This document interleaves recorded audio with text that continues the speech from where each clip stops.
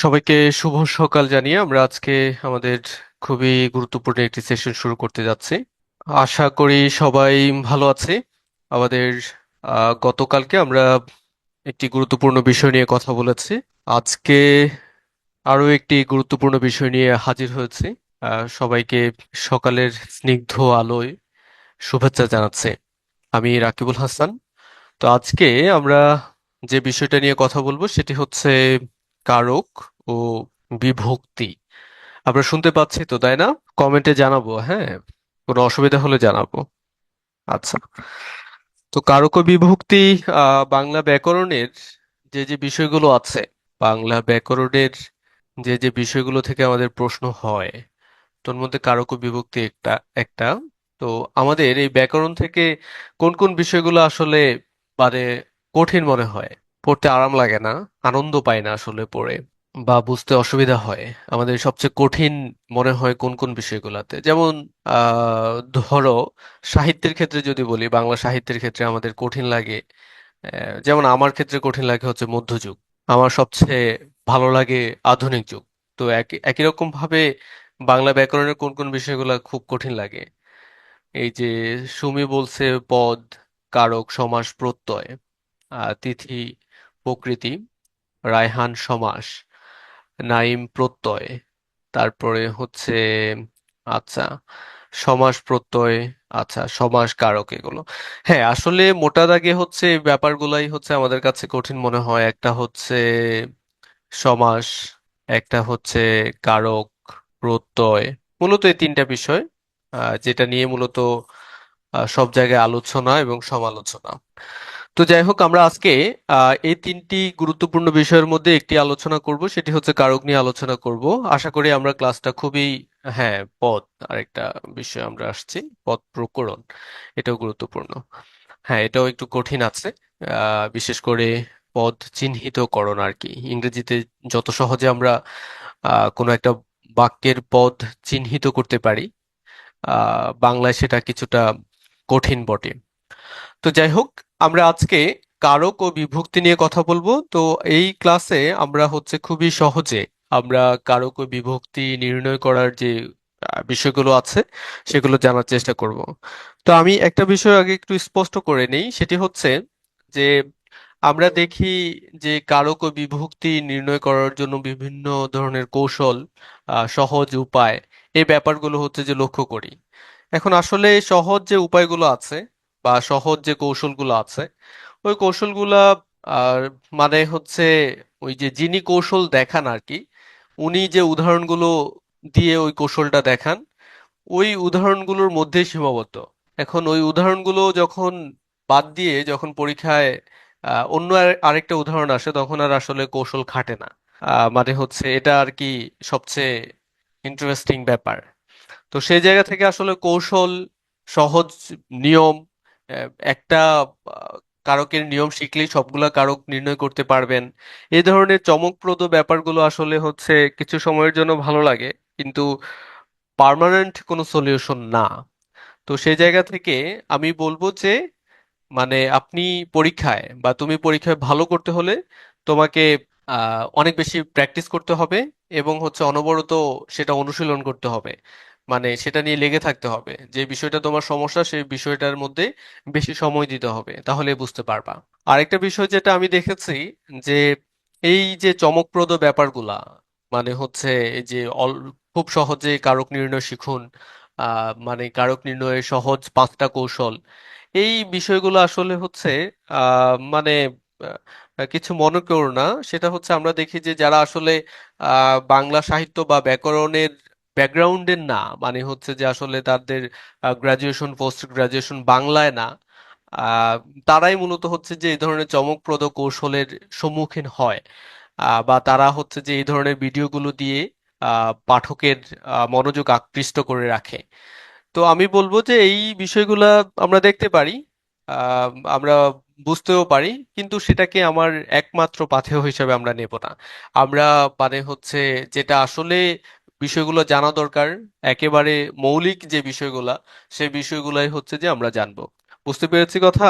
আমরা আলোচনা শুরু করার আগে কিছু বিষয় একটু হিন্টস দিলাম। সেটি হচ্ছে যে আমরা আজকে কারক ও বিভক্তি একেবারে মৌলিক বিষয়গুলা সহ আমরা জানবো। আমরা কিছু সহজ পদ্ধতিও জানবো। সে বিষয়গুলা মানে হচ্ছে একটু তোমাদেরকে আগ থেকে অবগত করলাম। সবাই বুঝতে পেরেছো? তো আমরা আজকে যে কারক ও বিভক্তি নিয়ে আলোচনা করব। আমরা প্রথমত মানে একটি প্রশ্ন করি। এই যে কারক শব্দটা আছে, এই কারক শব্দটা মূলত হচ্ছে কোন ভাষার শব্দ? কারক শব্দটা বা কে ব্যবহার করেছেন এই কারক শব্দটা প্রথম? কারক শব্দটা প্রথম কে ব্যবহার করেছেন? কারক শব্দটা প্রথম হচ্ছে সংস্কৃত থেকে রাজা রামমোহন রায়। রাজা রামমোহন রায় তিনি ব্যবহার করেছেন। হ্যাঁ, রাজা রামমোহন রায়। হুম। আর বিভক্তি এটিও মূলত হচ্ছে সংস্কৃত থেকে। আমরা জানি যে বাংলা ব্যাকরণের প্রায় প্রতিটি বিষয়ই সংস্কৃত ঘেঁষা, যার কারণেই মূলত বাংলা ব্যাকরণটা আমাদের কাছে দুর্বোধ্য ঠেকে এবং এটা আমাদের কাছে কঠিন মনে হয়। তো যাই হোক, কারক শব্দটিকে যদি আমরা বিশ্লেষণ করি তাহলে কি হয়? ক্রি মানে হচ্ছে যে, সরি, ক্রি যোগ নক, বা যেটাকে অক বলতে পারি আমরা, ক্রি যোগ নক মানে হচ্ছে কারক। তো আমরা কারক ও বিভক্তির আহ মানে হচ্ছে এটির আক্ষরিক যে অর্থটা আছে, আমরা জানি যে কারকের কারকের যে আক্ষরিক অর্থটা আছে সে অর্থটা কি? কারকের আক্ষরিক যে অর্থটা আছে সেটি হচ্ছে মূলত যে কাজ করে। আর ব্যুৎপত্তিগত দিক থেকে কারক হলো ক্রি যোগ নক। ঠিক আছে? ক্রি মানে কি? কাজ বোঝায়। আর আমরা জানি যে এই যে চিহ্ন যেটাকে এখানে আমরা দেখতে পাচ্ছি, এই চিহ্নটাকে বলা হয় ধাতু। ধাতু মানে কি? মানে হচ্ছে মূল অংশ, অর্থাৎ ক্রিয়াপদের মূল অংশটাকে বলা হয় ধাতু। তার ধাতু চিহ্ন অর্থাৎ আহ মানে হচ্ছে যে মূলত এটাকে ধাতু চিহ্ন বলা হয়ে থাকে আর কি। তো যাই হোক, আমরা মূলত হচ্ছে যে কারকের একেবারে মৌলিক কিছু বিষয় জানলাম। যে কারক শব্দের অর্থ হচ্ছে যা ক্রিয়া সম্পাদন করে। আর ব্যুৎপত্তিগত দিক থেকে কারক হলো হচ্ছে ক্রি যোগ নক। আর আক্ষরিক ও ব্যুৎপত্তিগত অর্থ হচ্ছে যে কাজ করে বা যিনি ক্রিয়া করেন বা যিনি কাজ করেন, একই কথা। তো আমরা যদি কারক বিশ্লেষণ করি, মানে এই কারকের যে প্রশ্নগুলো আসছে বিভিন্ন পরীক্ষায়, বিশেষ করে বিসিএস পরীক্ষা এখানে আছে। তো এই বিসিএস পরীক্ষার প্রশ্ন বিশ্লেষণ করলে আমরা দেখবো যে কারক বিসিএস এর সিলেবাসে নাই। হ্যাঁ, কারক হচ্ছে বিসিএস এর সিলেবাসে নাই, কিন্তু বিসিএস এর সিলেবাসে কারক না থাকলেও, বিসিএস এর সিলেবাসে যদি কারক না থাকলেও আমরা হচ্ছে যে দেখব যে 39তম বিসিএস এ কারক থেকে দুইটা প্রশ্ন আসছে, 40তম বিসিএস এ দুইটা প্রশ্ন আসছে, 43তম বিসিএস প্রশ্ন মানে বিসিএস এ হচ্ছে একটা প্রশ্ন আসছে, 46তম বিসিএস এ হচ্ছে যে একটা প্রশ্ন আসছে, তারপর 48তম বিসিএস এ একটা প্রশ্ন আসছে। তার মানে আমরা দেখতে পাচ্ছি যে সর্বমোট কারক থেকে প্রায় এখানে 7টি প্রশ্ন আমরা দেখতে পাচ্ছি। মানে যদি বলি 35 থেকে একেবারে 50 পর্যন্ত হচ্ছে 7টি প্রশ্ন। আর মূলত হচ্ছে এই যে বিসিএস এর সিলেবাসটা পরিবর্তন হওয়া শুরু করেছে বা 200 মার্কের প্রিলিমিনারি নেওয়া শুরু হয়েছে 35তম বিসিএস থেকে, আমরা জানি।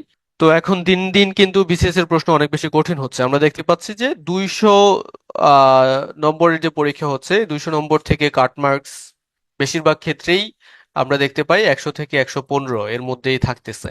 কোনো কোনো সময় দেখা যায় সেটা 95-তে নেমে আসতেছে। তো আমি বারবারই বলি, একটা বিষয়ে পরামর্শ দেই, সেটি হচ্ছে যেটা, যে আসলে 200-তে 200 পাইতে তোমাকে হবে না। প্রিলিমিনারি যেহেতু বাদ দেওয়ার পরীক্ষা, এটাতে বেসিক্যালি তোমাকে বাদ দেওয়া হবে, এই জন্যই পরীক্ষাটা নেওয়া হয়। তো সেই জায়গা থেকে মানে হচ্ছে তোমার কাট মার্কস যেটা, যেহেতু এই নাম্বারটা যোগও হয় না, সো তোমার আসলে যত দরকার সেটা যদি তোমার 115-তে তুমি মনে করো তোমার সেফ জোন, তাহলে 115 কেন্দ্রিক পড়াশোনাই তোমার করা উচিত। যদি মনে হয় যে 120 মার্কস তোমার সেফ জোন, 120-এ তুমি হচ্ছে যে প্রিলিমিনারি ওভারকাম করতে পারবা, তাহলে এটাই তোমার মানে এই রকম প্রস্তুতি হওয়া উচিত। একেবারে 200-তে 200 পাইতে হবে, 200-তে 180 পাইতে হবে, 190 পাইতে হবে, এই ধরনের মানসিকতা থেকে বের হয়ে আসতে হবে। ঠিক আছে? প্রিলিমিনারিতে জাস্ট পাস ফেল, আমি হচ্ছে যে সেটা 95 পেলেও হচ্ছে পাস করলেও পাস, আবার যে 150 পেয়ে পাস করছে সেও পাস। তো সেই জায়গা থেকে এই ব্যাপারটা একটু মাথায় রাখতে হবে। ঠিক আছে? স্যার, প্রাইমারির জন্য সাজেশন দিবেন প্লিজ। হ্যাঁ, এই প্রাইমারিতে কারক থেকে প্রশ্ন থাকেই, একেবারে থাকে। সো আমরা প্রাইমারির জন্য, যেহেতু প্রাইমারি এটা একটা মানে হচ্ছে আপকামিং একটা এক্সাম আছে, আমরা জানি যে প্রাইমারি হেড টিচার একটা নিয়োগ হবে, এবং এছাড়াও হচ্ছে সহকারী শিক্ষক নিয়োগ পরীক্ষাও হবে, সামনে সার্কুলার হবে। তো সেই জায়গা থেকে প্রাইমারির জন্য যেটা পরামর্শ, সেটি হচ্ছে ব্যাকরণ অংশের প্রতি অনেক বেশি জোর দিতে হবে সাহিত্য থেকে। ঠিক আছে, টপিক বাদ দিয়ে প্রিপারেশন নেওয়া উচিত হবে। ওকে। আহ টপিক বাদ দিয়ে প্রিপারেশন নেওয়া উচিত হবে, হ্যাঁ অবশ্যই।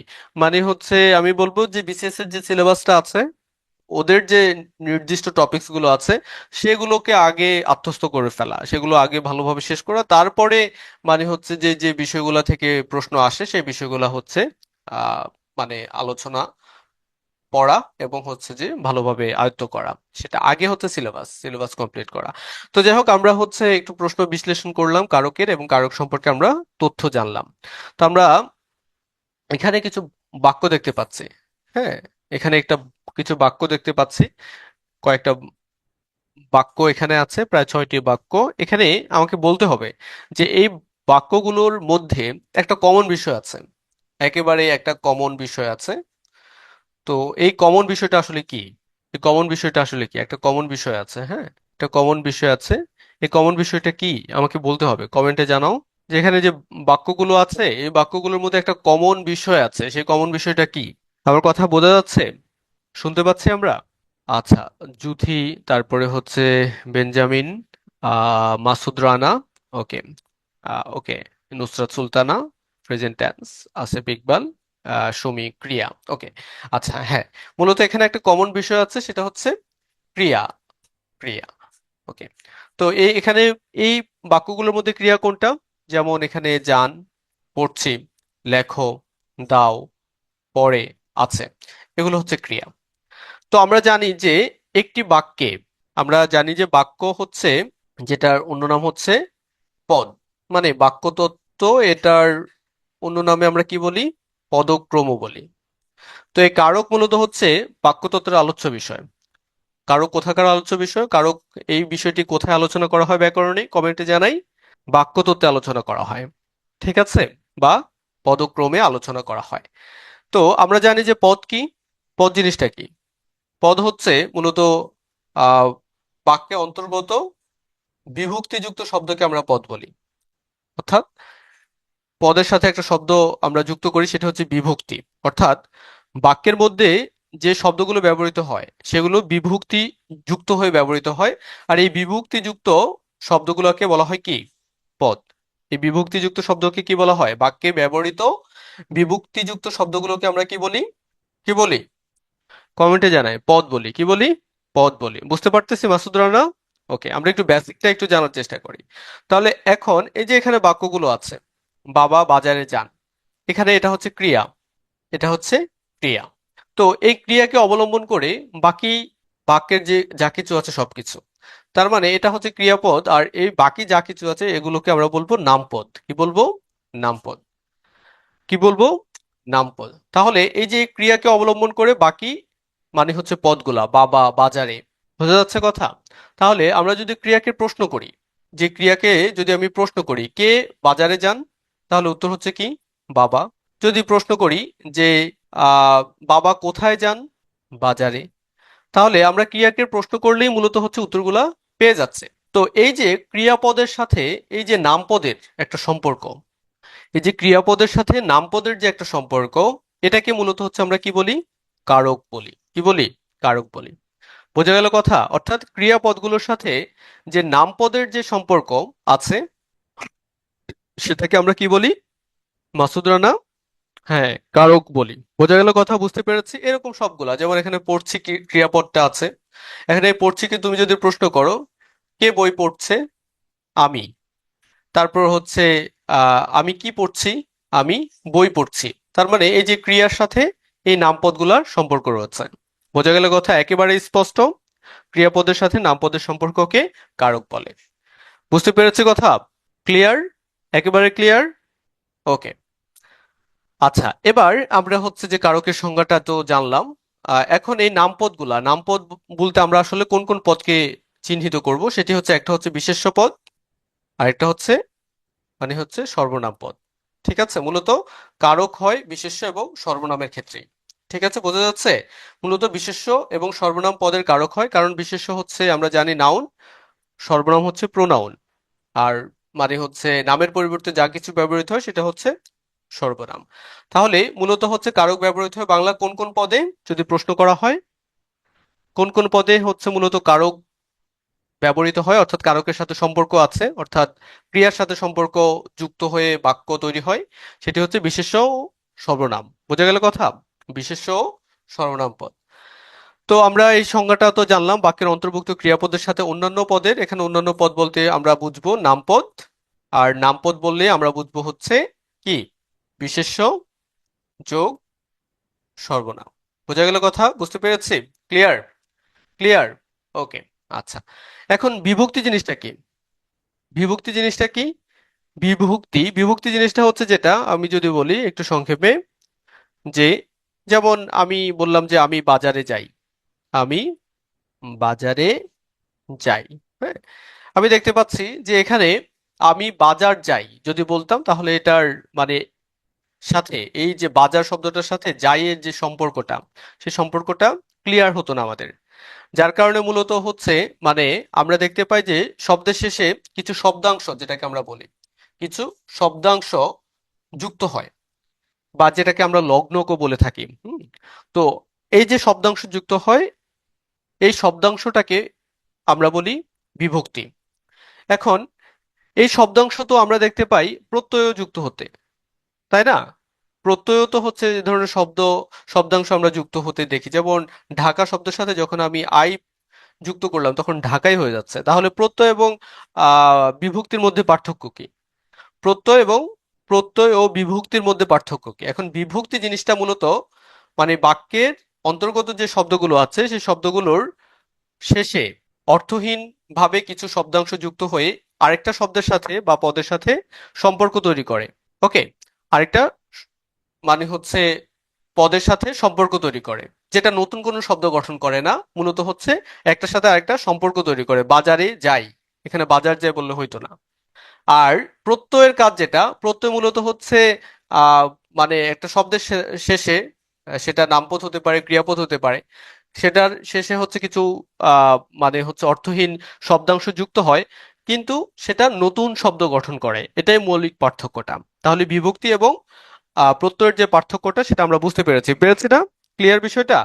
প্রত্যয় যেটা করে সেটা হচ্ছে ক্রিয়াপদ অথবা নামপদের শেষে যুক্ত হয়ে একটা নতুন শব্দ গঠন করে, আর বিভক্তি হচ্ছে একটা পদের সাথে বা একটা শব্দের সাথে আরেকটা শব্দের সম্পর্কটা বিল্ড আপ করে, মানে সম্পর্কটা স্থাপন করে বা অন্বয় সাধন করে। বোঝা গেল কথা? একটা নতুন শব্দ গঠন করে। হ্যাঁ, প্রত্যয়ের কাজই নতুন শব্দ গঠন করা, কি বিভক্তি কিন্তু নতুন শব্দ গঠন করে না। বুঝতে পারছি? ক্লিয়ার? নুসরাত সুলতানা নাহিন, ইপ্পা তারা। ওকে। হ্যাঁ, তিথি। ওকে, ঠিক আছে। নিতু। হ্যাঁ, বাকিরা?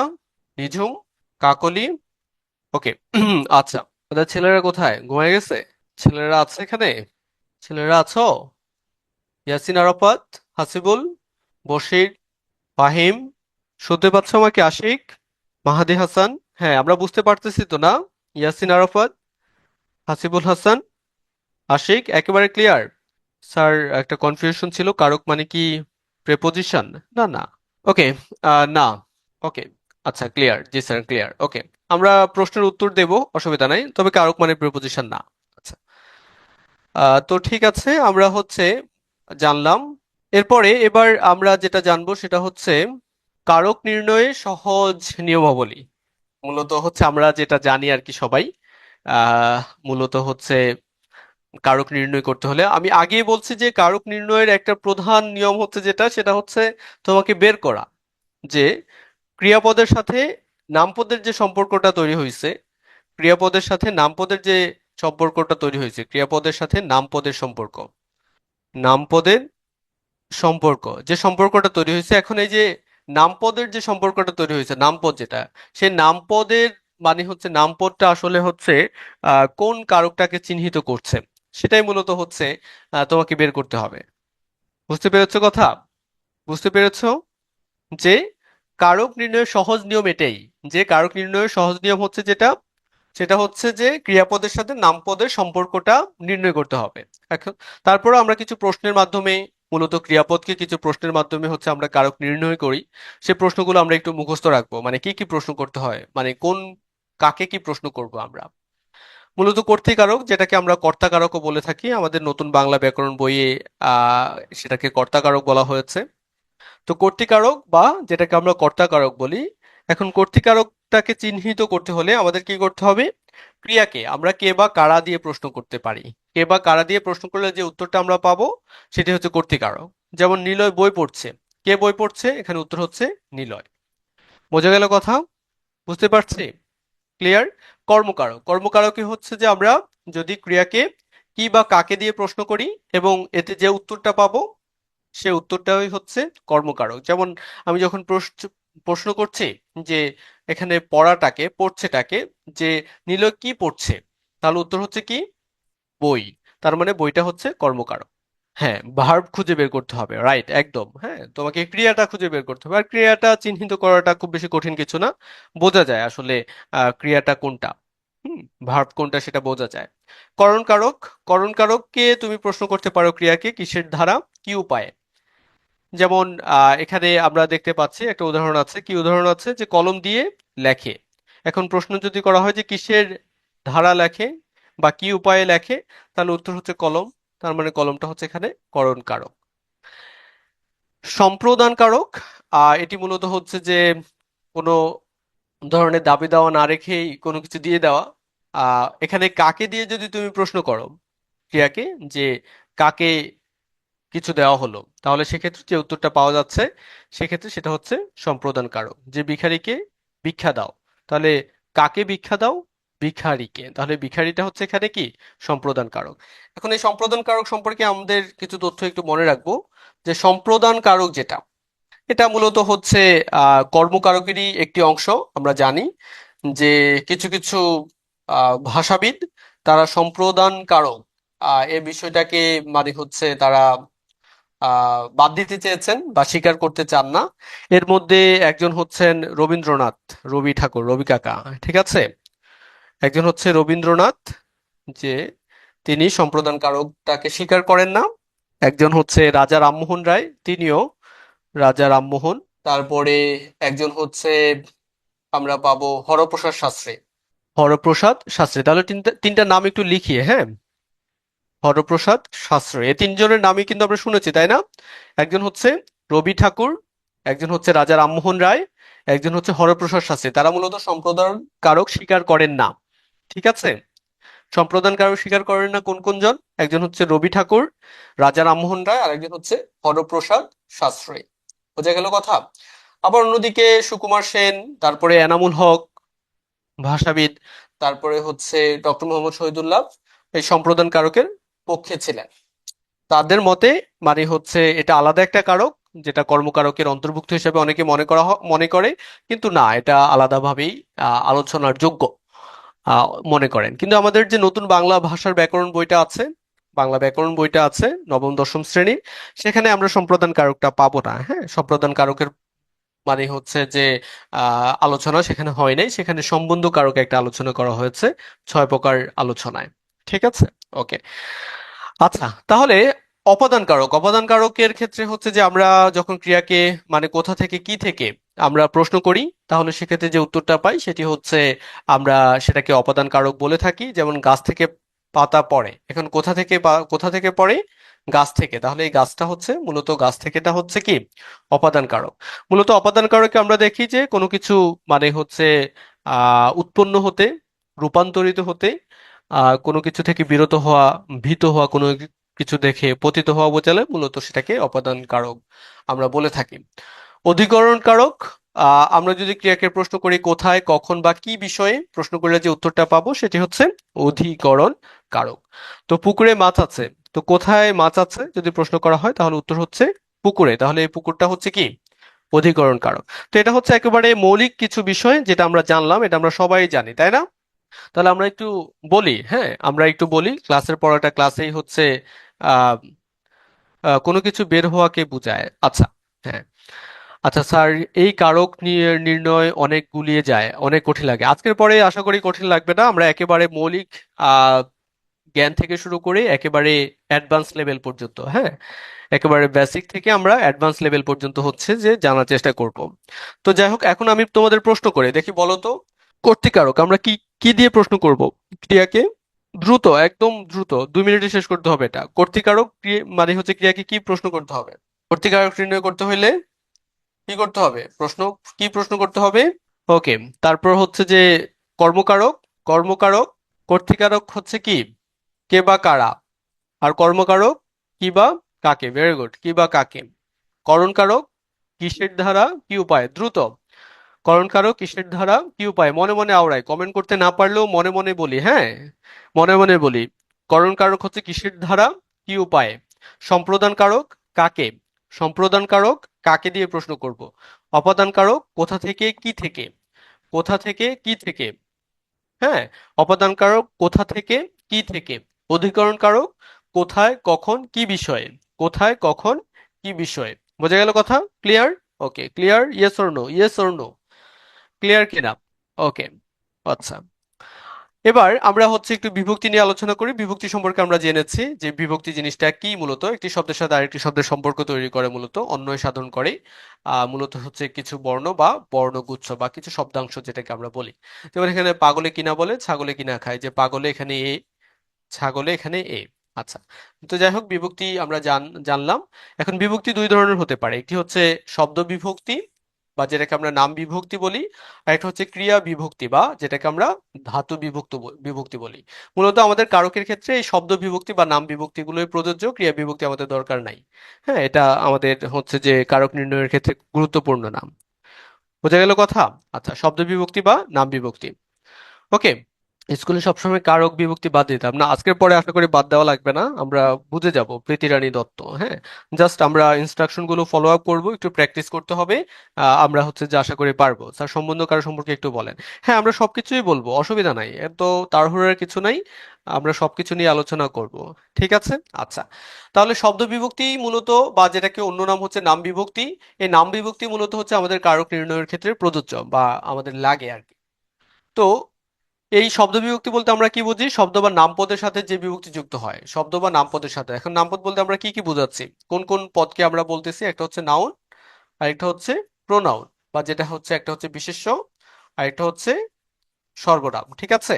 তাহলে শব্দ বা নামপদের সাথে যে বিভক্তি যুক্ত, অর্থাৎ নাউনের সাথে বা প্রোনাউনের সাথে, নাউনের সাথে অথবা প্রোনাউনের সাথে যে বিভক্তিটা যুক্ত হয়, বা যে শব্দাংশগুলো যুক্ত হয় একটি শব্দের সাথে আরেকটা শব্দের সম্পর্ক স্থাপন করার জন্য, সেটাকে আমরা নাম বিভক্তি বা শব্দ বিভক্তি বলি। আর ক্রিয়া বিভক্তি জিনিসটা কি, ধাতুর সাথে যেসব বর্ণ বা বর্ণ সমষ্টি যুক্ত হয়, সেটাকে আমরা ক্রিয়া বিভক্তি বলি। যেমন যে সে চিঠি লিখিতেছে, এই যে এখানে লিখিতেছে, এটা একটা ধাতু, হ্যাঁ, লেখা। তাহলে এটার সাথে যে এই যে এই বিভক্তিটা যুক্ত হয়েছে সেটা হচ্ছে ক্রিয়া বিভক্তি। তাহলে ক্রিয়া বিভক্তি এটা দরকার নাই, হ্যাঁ, ক্রিয়া বিভক্তিটা আমাদের দরকার নাই। আমাদের হচ্ছে পরীক্ষার জন্য দরকার শব্দ বিভক্তি বা নাম বিভক্তি। না বুঝে মুখস্থ রেখেছি এক্সাম্পল সহ, ফ্লোরিডা। বাহ, খুবই ভালো, তোমার মুখস্থ বিদ্যা খুবই চমৎকার, খুবই কাজে লাগবে এটা। অসুবিধা নাই, মুখস্থ করব এবং হচ্ছে আমরা কিছু বিষয় একটু ভালোভাবে বোঝার চেষ্টা করব, বুঝে মুখস্থ করলে সেটার দীর্ঘমেয়াদী ফলাফল নিয়ে আসে আর কি। তো শব্দ বিভক্তি বা নাম বিভক্তি যেগুলো মূলত হচ্ছে যে আমাদের পরীক্ষার জন্য গুরুত্বপূর্ণ, আমরা এখানে একটা মানে হচ্ছে কিছু বিষয় দেখতে পাচ্ছি স্ক্রিনে। তো আমরা দেখতে পাচ্ছি যে বিভক্তি মূলত মানে হচ্ছে যে 7 ধরনের হয়, এখানে আরো কিছু প্রকারভেদ আমরা হয়তো পাবো, বাট আমরা এই 7টি বিষয়ে একটু মনে রাখার চেষ্টা করব প্রথমা থেকে সপ্তমী পর্যন্ত। ঠিক আছে। আচ্ছা, প্রথমা বিভক্তি, এটাকে শূন্য বিভক্তি বলা হয়ে থাকে। তো এখানে এক বচন এবং বহু বচন দুইটা অংশ আছে, বহু বচনগুলো আসলে দরকার নাই, হ্যাঁ, বহু বচনগুলো দরকার নাই, এগুলো হচ্ছে যে আমাদের হুদাই মাথা নষ্ট করে লাভ নাই। সো আমরা শুধু এক বচনের যে ব্যাপারটা আছে সেটা মুখস্থ রাখবো, মুখস্থ না, আত্মস্থ রাখবো। কারণ আমরা মানে হচ্ছে আজকে দেখব যে বিভক্তির মাধ্যমে আমরা কিভাবে কারক নির্ণয় করতে পারি, সেই বিষয়টা আমরা একটু দেখার চেষ্টা করব। বোঝা গেল কথা? অর্থাৎ বিভক্তি তো থাকেই, প্রত্যেকটা বাক্যের মধ্যেই বিভক্তি প্রত্যেকটা শব্দের মধ্যেই আছে। যদি সেখানে স্পেসিফিক বা নির্দিষ্ট করে এই মানে হচ্ছে শব্দাংশগুলো নাও থাকে, তারপরও সেখানে বুঝতে হবে সেটা কি শূন্য বিভক্তি আছে, কারণ বাক্যের মধ্যে ব্যবহৃত বিভক্তিযুক্ত শব্দই পদ, অর্থাৎ প্রত্যেকটা শব্দই হচ্ছে এক একটা মানে হচ্ছে যে পদ, আর আর প্রত্যেকটা পদের সাথে কি আছে, বিভক্তি আছে। বোঝা গেল কথা? তাহলে আমরা আজকে একটু দেখার চেষ্টা করব যে বিভক্তির মাধ্যমে আমি কিভাবে মূলত হচ্ছে কারক নির্ণয় করব। বোঝা গেল কথা? বুঝতে পেরেছি? বুঝতে পেরেছি, ক্লিয়ার? ওকে, তার মানে এই বিভক্তি চিহ্নগুলো আমাকে মনে রাখতে হবে। যেমন প্রথমা বা শূন্য বিভক্তিতে কি হয়, আ, অন্তস্থ। ঠিক আছে। তারপর হচ্ছে দ্বিতীয়া, কে রে, এ রে। তৃতীয়া ধারা দিয়া কর্তৃক, হ্যাঁ এগুলো একদম মুখস্থ রাখতে হবে। চতুর্থী কে রে, তারপরে হচ্ছে পঞ্চমী হতে থেকে সে, ষষ্ঠী র এর, সপ্তমী এ অন্তস্থ তে। এই বিষয়টা হচ্ছে যে আমাদের খুব ভালোভাবে মনে রাখতে হবে। বোঝা গেল কথা? ওকে। আমরা দেখতে পাচ্ছি যে এখানে দুইটা বিভক্তির প্রকার আছে, একটা হচ্ছে দ্বিতীয়া আর একটা হচ্ছে যে চতুর্থী। এখানে বিভক্তি চিহ্নগুলা হচ্ছে যে একই রকম, কে রে এরে, কে রে, অর্থাৎ একই রকম দ্বিতীয় এবং চতুর্থ। তাহলে সেক্ষেত্রে দ্বিতীয় এবং চতুর্থ যে একই রকম, এটাকে বলা হয় যে একই রকম যদি দুই জায়গায় বিভক্তি হয় তাহলে সেটাকে তির্যক বিভক্তি বলা হয়ে থাকে। কি বলা হয় এটাকে? তির্যক বিভক্তি। বোঝা গেল কথা? বুঝতে পেরেছি? ক্লিয়ার? মুস্তাক আহমেদ ক্লিয়ার? বুঝতে পেরেছি? সিয়াম মাহমুদ বুঝতে পেরেছে? এ পর্যন্ত আমরা যা পড়ছি সেটা বুঝছে কিনা, ইয়েস অর নো? এ পর্যন্ত যা পড়ছি সেটা বুঝছে কিনা, একেবারে বেসিক ব্যাপারটা বুঝছে কিনা? ওকে, আচ্ছা। এখন তাহলে আমরা চলে যাই, এই যে বিভক্তিগুলা, এই বিভক্তির মাধ্যমে আমরা কিভাবে হচ্ছে একটু কারক নির্ণয় করতে পারি, সেটা এই চারটা একটু আমরা ভালো করে মনে রাখবো। হ্যাঁ, কোন কারকে কোন বিভক্তি হয় সেটা একটু ভালো করে মনে রাখার চেষ্টা করব আমরা। কোন কারকে কোন বিভক্তিটা হয়, এই চারটা একটু ভালো করে মুখস্থ রাখবো, ঠিক আছে? আচ্ছা। তো কর্তৃকারকে কোনো বিভক্তি যুক্ত হয় না, সহজ কথা, কর্তৃকারকে কোনো বিভক্তি যুক্ত হয় না, তবে কখনো কখনো এই বিভক্তি যুক্ত হয়। কর্তৃকারকে কি বিভক্তি যুক্ত হয়? এই বিভক্তি যুক্ত হয়। তার মানে এই বিভক্তি যুক্ত মানে হচ্ছে আমরা যদি কোনো পদ পাই, এই বিভক্তিযুক্ত কোনো যদি পদ পাই তাহলে সেটা হতে পারে কর্তৃকারক হবে, আর না হয় সেটা অধিকরণ কারক হতে পারে, কর্তৃকারক অথবা অধিকরণ কারক। তাহলে সেই জায়গা থেকে তুমি যত বেশি অপশন বাদ দিতে পারবা, যত বেশি অপশন বাদ দিতে পারবা, পরীক্ষায় যেহেতু চারটা অপশন থাকে, চারটা অপশন থাকে পরীক্ষায়, তো এই চারটা অপশন থেকে তুমি যত বেশি অপশন বাদ দিতে পারবা ততই কিন্তু তোমার অ্যান্সারটা করা সহজ হয়ে যাচ্ছে। তুমি যদি প্রথম দেখায় এই অপশনটা বাদ, এটা কোনোভাবে অ্যান্সার হবে না, বোঝা যায় কিন্তু। এটা হইতে পারে তবে 50%, এটা হইতে পারে এটা 90%, এটা হওয়ার সম্ভাবনা হচ্ছে 95%। তাহলে এই দুইটা নিয়ে তোমার কনফিউজ, তাহলে অপশন যত কমে যাচ্ছে তো তোমার অ্যান্সারের মানে সঠিকতা তত বেশি কিন্তু বেড়ে যাচ্ছে। তো সেই জায়গা থেকে মানে হচ্ছে যে এই বিষয়গুলা যাচাই বাছাই করে, অপশন টেস্ট করে তোমাকে পরীক্ষায় মানে হচ্ছে বৃত্ত ভরাট করতে হবে। বোঝা গেল? কর্মকারক, কর্মকারক, কর্মকারকের ক্ষেত্রে আমরা দেখবো যে মুখ্য কর্মে কর্মকারক দু ধরনের হয়, একটা হচ্ছে মুখ্য কর্ম আর একটা হচ্ছে গৌণ কর্ম। এখন মুখ্য কর্ম যেটা, অর্থাৎ ব্যক্তিবাচক যে শব্দটা থাকবে নাকি বস্তুবাচক, ব্যক্তিবাচক যে শব্দটা থাকবে সেটা হচ্ছে মূলত হচ্ছে কর্মকারকে, ব্যক্তিবাচক কর্মটাই হচ্ছে মুখ্য, আহ সরি, মুখ্য কর্মটা হচ্ছে বাক্যের মধ্যে বস্তুবাচক যে কর্মটা থাকবে সেটি হচ্ছে যে মূলত মুখ্য কর্ম, আর গৌণ কর্মটা হচ্ছে যে ব্যক্তিবাচক যে শব্দটা থাকবে সেটি হচ্ছে মূলত গৌণ কর্ম। ঠিক আছে? ব্যক্তি হচ্ছে গৌণ আর মুখ্য হচ্ছে বস্তু। তো মুখ্য কর্মে বিভক্তি যুক্ত হয় না, অর্থাৎ বস্তুর সাথে বিভক্তি যুক্ত হয় না। গৌণ কর্মে মূলত হচ্ছে বিভক্তি হয়। ঠিক আছে? গৌণ কর্মে বিভক্তি হয়। এবং আমরা দেখতে পাই যে কর্মকারকে কাব্য ভাষায়, হ্যাঁ, কাব্য ভাষায় অর্থাৎ কাব্য ভাষাযুক্ত কিছু বাক্য আমরা পাবো, সেখানে আমরা মানে হচ্ছে রে বিভক্তিটা পাবো। যেমন একটা উদাহরণ যদি দেই, যে আমারে তুমি করিবে ত্রাণ এ নহে মোর প্রার্থনা, আমারে তুমি করিবে ত্রাণ এ নহে মোর প্রার্থনা। এই যে আমরা দেখতে পাচ্ছি কর্মকারকে এখানে আমারে অর্থাৎ রে বিভক্তিটা যুক্ত হচ্ছে, তার মানে কর্মকারকে রে বিভক্তিটা যুক্ত হয় কোথায়?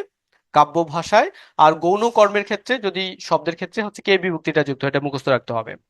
করণকারকে আমরা দেখতে পাই বেশিরভাগ ক্ষেত্রে করণকারকে হচ্ছে আমরা দেখতে পাবো যে মানে নাম শব্দের সাথে দ্বারা দিয়া কর্তৃক, ঠিক আছে, দ্বারা দিয়া কর্তৃক এই অনুসর্গগুলা, অনুসর্গের অপর নাম হচ্ছে কর্ম প্রবচনীয় শব্দ।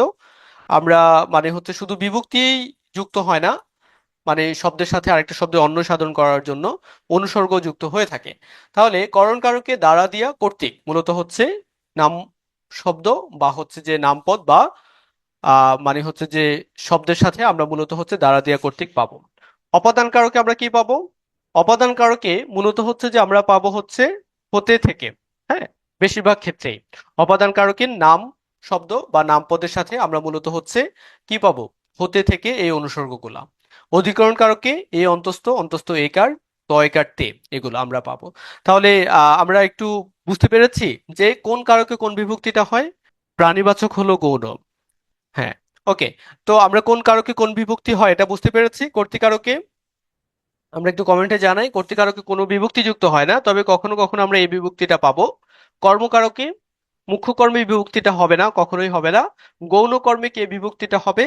এবং মানে কাব্য ভাষায় সাধারণত কর্মকারকে মানে যদি সেটা মানে কাব্য ভাষায় কর্মকারকের এই বিভক্তিটা হবে করণ কারকে ধারা দিয়া কর্তৃক অপাদান কারকে হতে থেকে অধিকরণ কারকে এ অন্তস্থ তে। তো এটা একটু আমরা ভালো করে মুখস্থ রাখবো, তাহলে আমাদের কিছু মানে বুঝতে সুবিধা হবে। ডিফারেন্সিয়েট করব কিভাবে, কখন টু হবে কখন ফোর হবে। হ্যাঁ, বিভক্তি। আচ্ছা, অসুবিধা নাই, আমরা যখন প্র্যাকটিস করব তখন হচ্ছে যে আমরা সে ব্যাপারগুলো বুঝতে আমাদের জন্য খুব বেশি কঠিন কিছু হবে না। আমরা একটু এখন সরাসরি মূল আলোচনায় চলে যাই। তাহলে এতক্ষণ পর্যন্ত আমরা বেসিক নিয়ে আলোচনা করেছি। আশা করি একেবারে বেসিক নলেজটা আমাদের কাছে একেবারে ক্লিয়ার, তাই না? মাসুদ রানা গোয়েন্দা, হ্যাঁ একেবারে clear. Okay, HP to everyone. Okay, Halima Khatun, হ্যাঁ। ওকে, আচ্ছা, বুঝতে কোনো অসুবিধা হচ্ছে না তো? কঠিন লাগতেছে? খুব কঠিন তাই না? কঠিন লাগতেছে মনে হয়, তাই না? খুশি আজবেরি, নাহিদা আক্তার আর আরুনি, সিয়াম মাহমুদ, কঠিন লাগতেছে? Crystal clear? ওকে, না ক্লিয়ার স্যার, ক্লিয়ার না, সহজ। ওকে, আচ্ছা, এখন আমরা একটু কঠিনে প্রবেশ করি। কঠিন না, ভয় পাওয়ার কিছু নাই, অসুবিধা নাই, আল্লাহ ভরসা। আচ্ছা, তো কর্তৃকারক আমরা জানি যে কর্তাকারক বলা হয় এটাকে। কর্তৃকারক বা কর্তা কারকও বলা হয়ে থাকে এটাকে, কর্তৃকারক বা কর্তাকারক। তো আমরা জানি যে কর্তার মূলত হচ্ছে একটি বাক্যে, প্রতিটি বাক্যে দুইটা অংশ থাকে, একটা হচ্ছে উদ্দেশ্য আর একটা হচ্ছে বিধেয়। তো উদ্দেশ্যের অপর নামে মূলত হচ্ছে কর্তা। ঠিক আছে, উদ্দেশ্যের অপর নামে হচ্ছে কর্তা। বাক্যের যে অংশ যাকে কেন্দ্র করে কিছু বলা হয়, যাকে কেন্দ্র করে কিছু বলা হয় সেটাই হচ্ছে যে উদ্দেশ্য। আর উদ্দেশ্যকে অবলম্বন করে যা কিছু বলা হয় সেটা হচ্ছে যে তোমার কি বিধেয়, যেটাকে আমরা বলি। তো হ্যাঁ, এখানে একজন কে বা কারা, হ্যাঁ, রাইট। মানে হচ্ছে যে যখন তুমি কে বা কারা দিয়ে প্রশ্ন করবা ক্রিয়াকে, মানে হচ্ছে যে যে উত্তরটা পাবা তখন সেটা হবে কর্তা।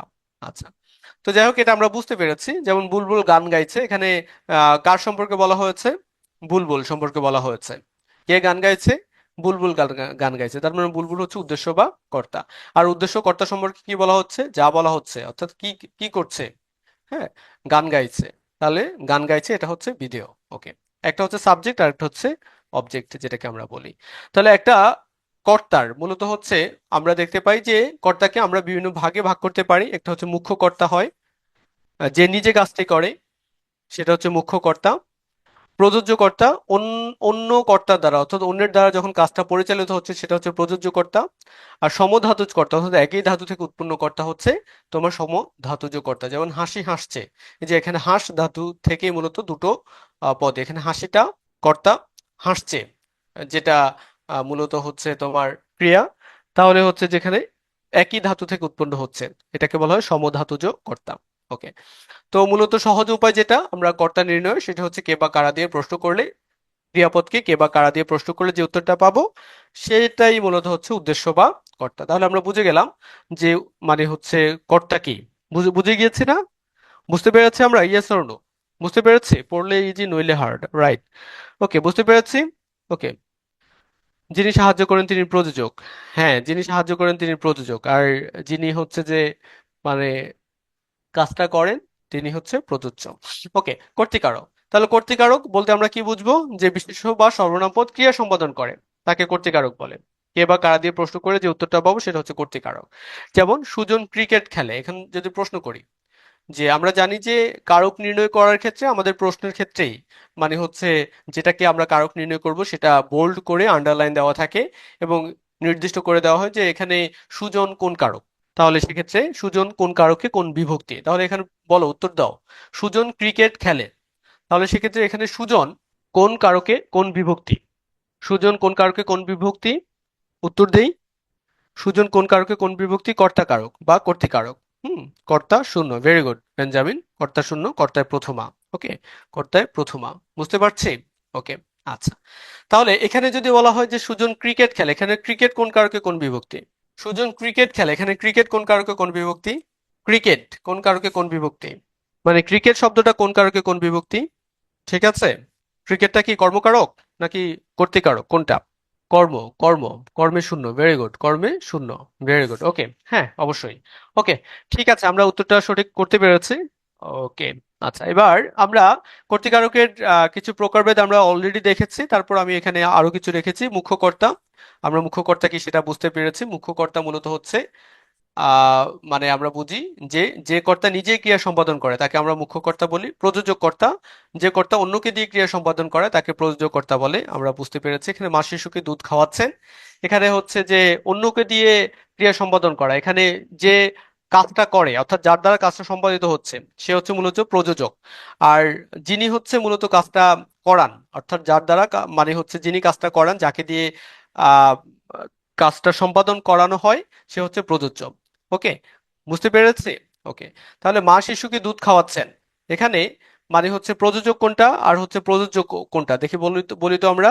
মা শিশুকে দুধ খাওয়াচ্ছেন, এ বাক্যে মা এবং শিশুর এই দুইটার মধ্যে কোনটা প্রযোজক আর কোনটা প্রযোজ্য? কোনটা প্রযোজক কর্তা? প্রযোজক কর্তা কোনটা?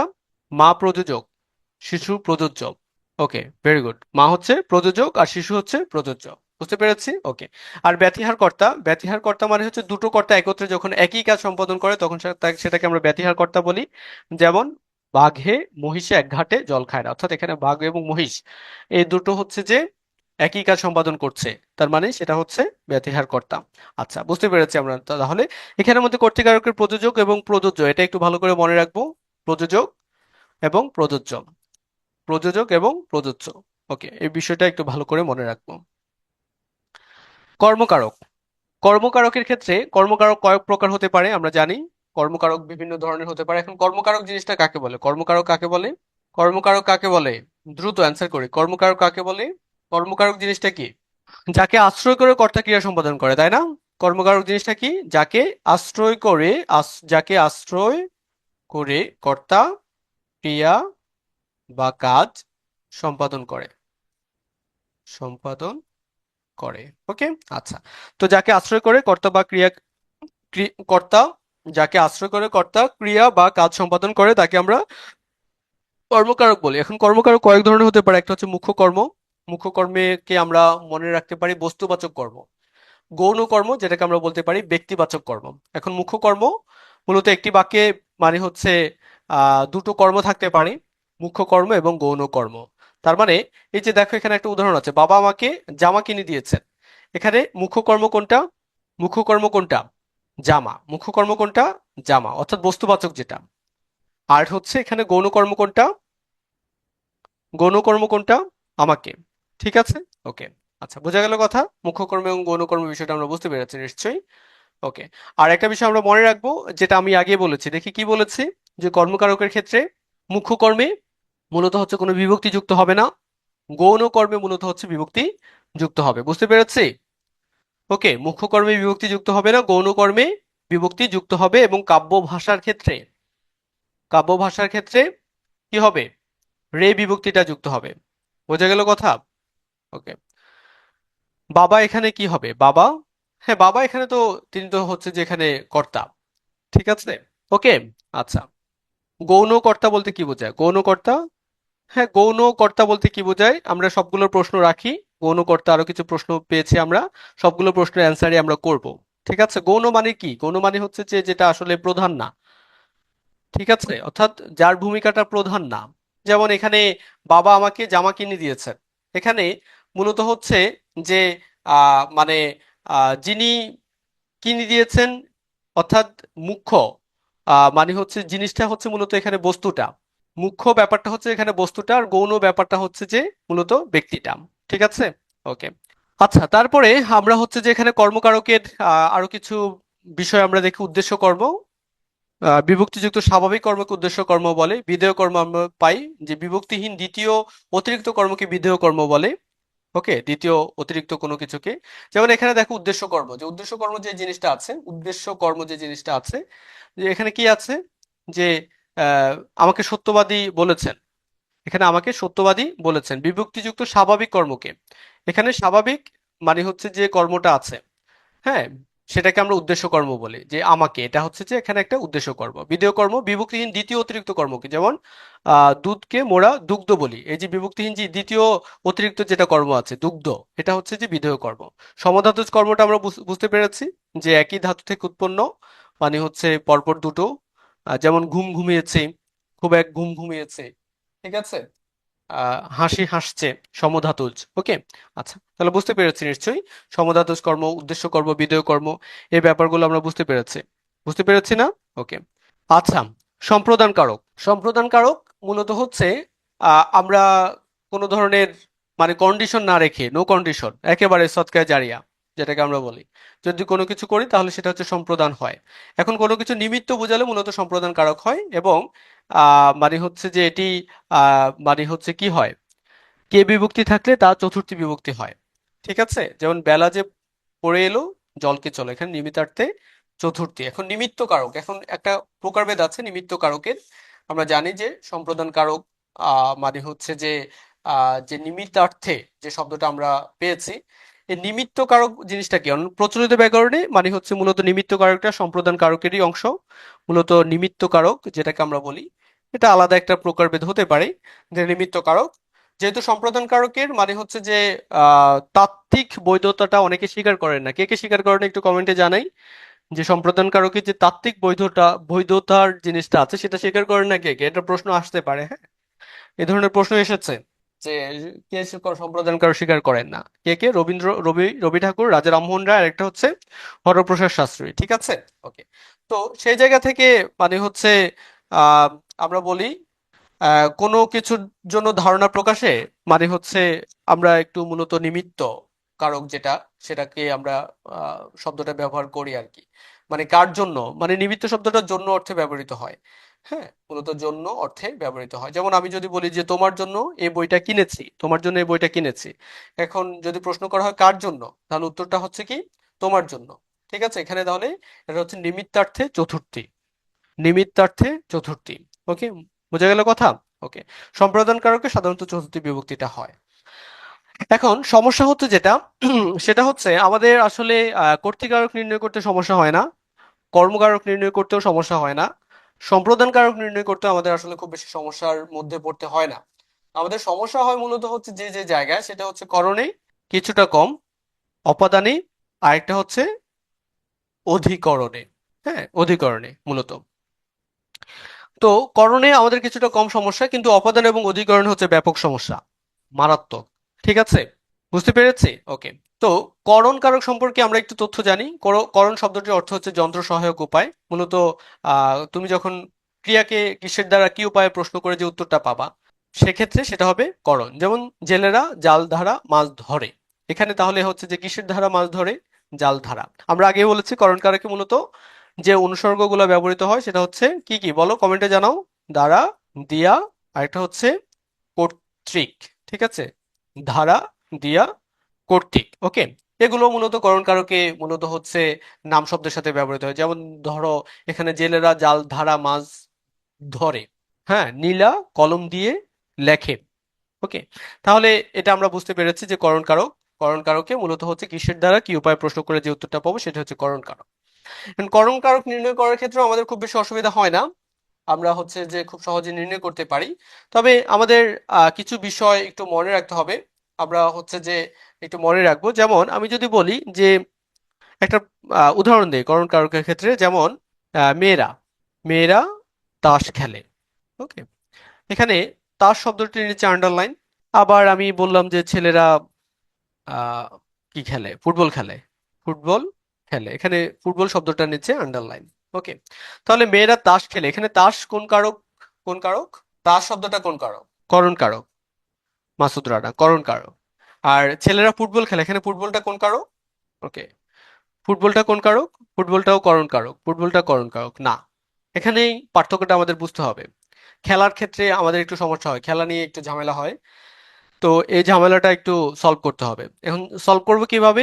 হ্যাঁ, না, এখানে হচ্ছে যে কি খেলে কর্ম হওয়া উচিত ছিল। ওকে, আচ্ছা।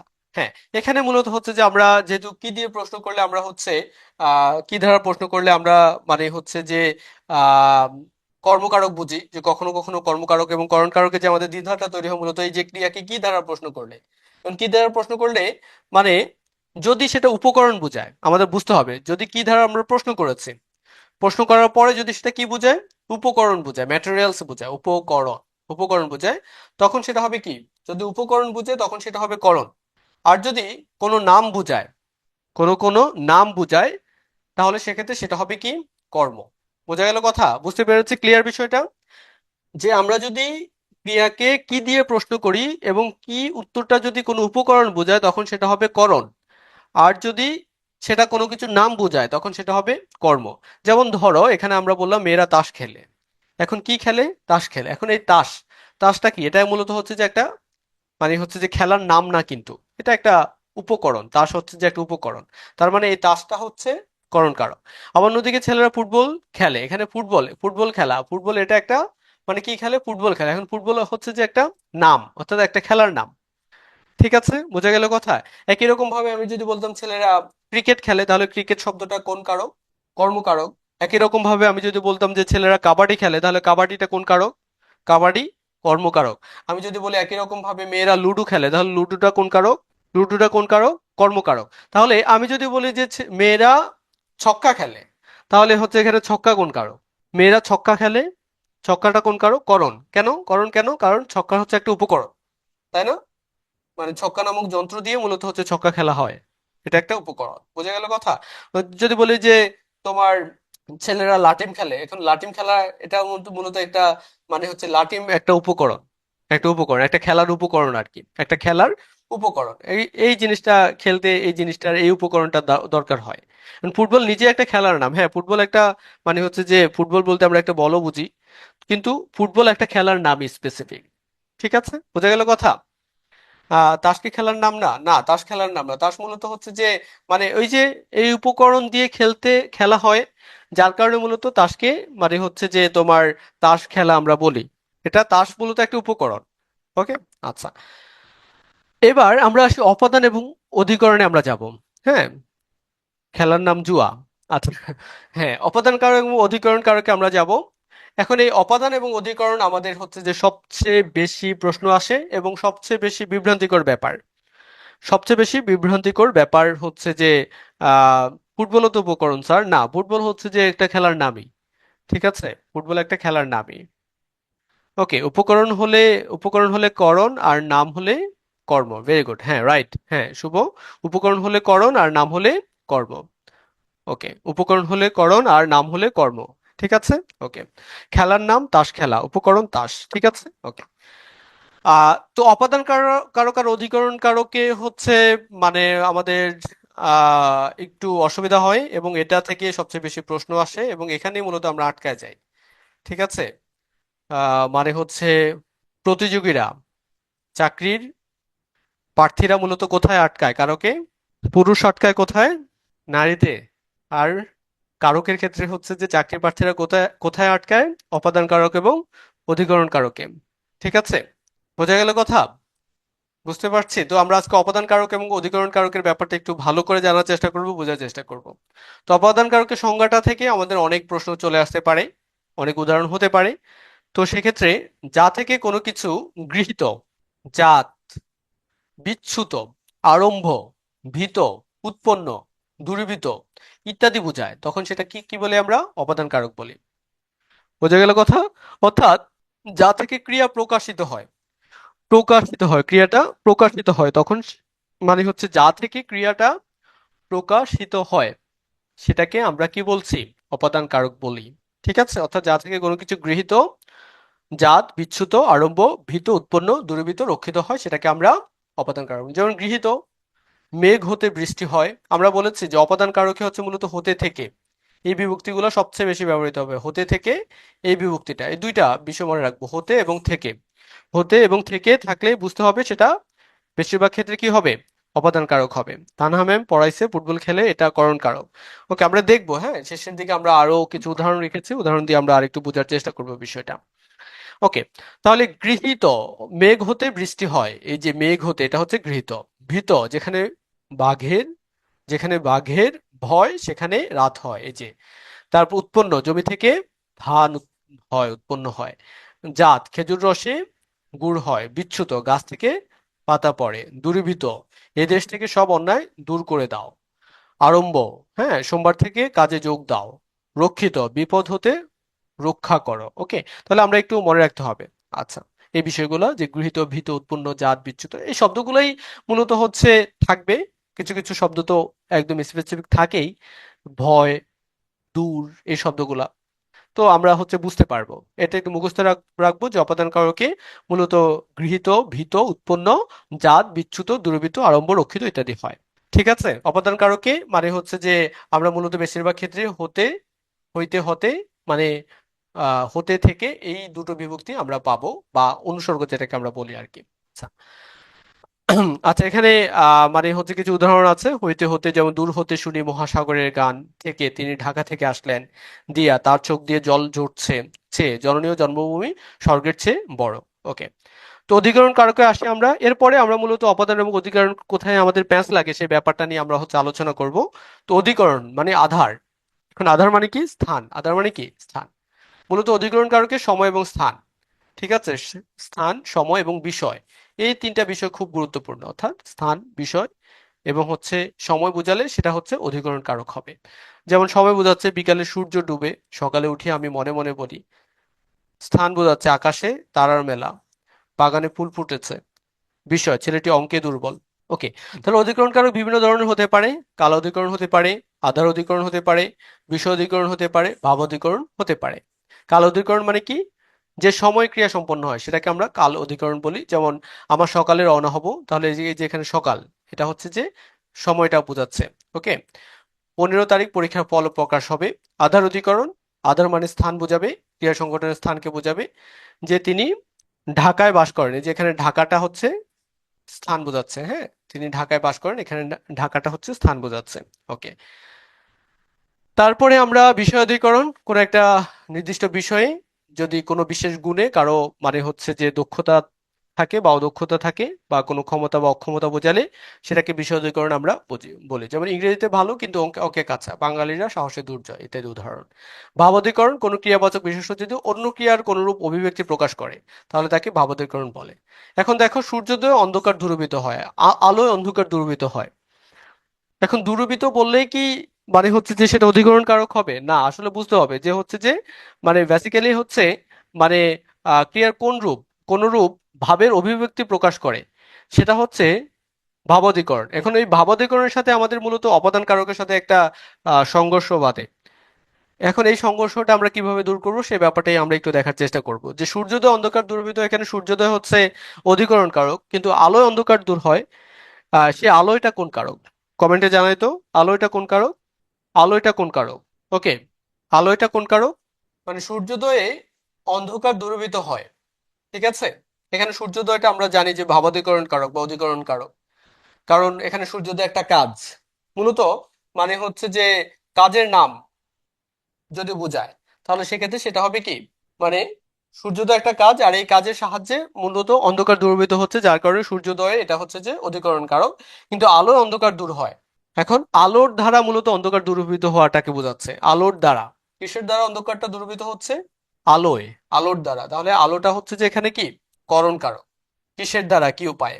বোঝা গেল কথা? বুঝতে পেরেছি? অপাদান নাম, আলো করণ কারক। Very good Masud Rana. হ্যাঁ, আলোটা করণ কারক। বুঝি নাই বেঞ্জামিন। এই যে সূর্যোদয়, সূর্যোদয় এটা মূলত যে একটা কাজ বোঝাচ্ছে, অর্থাৎ সূর্যোদয় নিজে একটা কাজ। ঠিক আছে। আর এই কাজের কারণে কি হচ্ছে? সূর্যোদয়ের কারণে, সূর্যোদয়ের কারণে কি হচ্ছে? অন্ধকারটা দূরীভূত হচ্ছে। আবার আলোয়, আলোয় আলো ধারা, কিসের দ্বারা, কি উপায়ে? যদি যখন আমরা প্রশ্ন করব কিসের দ্বারা, কি উপায়ে, প্রশ্ন করলে যে উত্তরটা পাবো যে কিসের দ্বারা অন্ধকার দূরীভূত হচ্ছে, আলোর ধারা, তাহলে আলোটা এখানে কি, করণ কারক। আর সূর্যোদয়টা এখানে অধিকরণ কারক। ঠিক আছে, কারণ সূর্যোদয় নিজে একটা কাজ। বুঝা গেল কথা? বুঝতে পেরেছি? ওকে।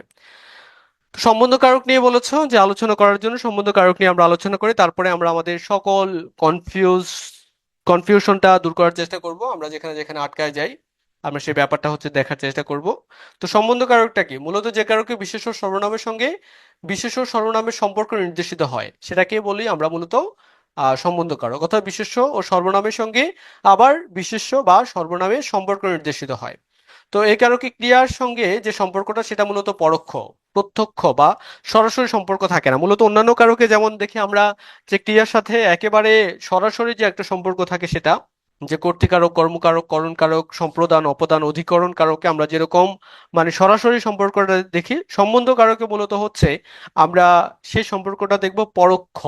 সেখানে সম্পর্কটা আমরা দেখব নির্দেশিত হতে যে বিশেষ্যের সাথে আরেকটা বিশেষ্যের বা সর্বনামের সাথে আরেকটা সর্বনামের। বোঝা গেল কথা? বুঝতে পেরেছো? যেমন এখানে কিছু উদাহরণ আছে, ফুলের গন্ধে ঘুম আসে না। তারপর হচ্ছে আমার জামার বোতামগুলা একটু অন্যরকম, তখনকার দিনে পায়ে হেঁটে চলতে হতো মাইলের পর মাইল।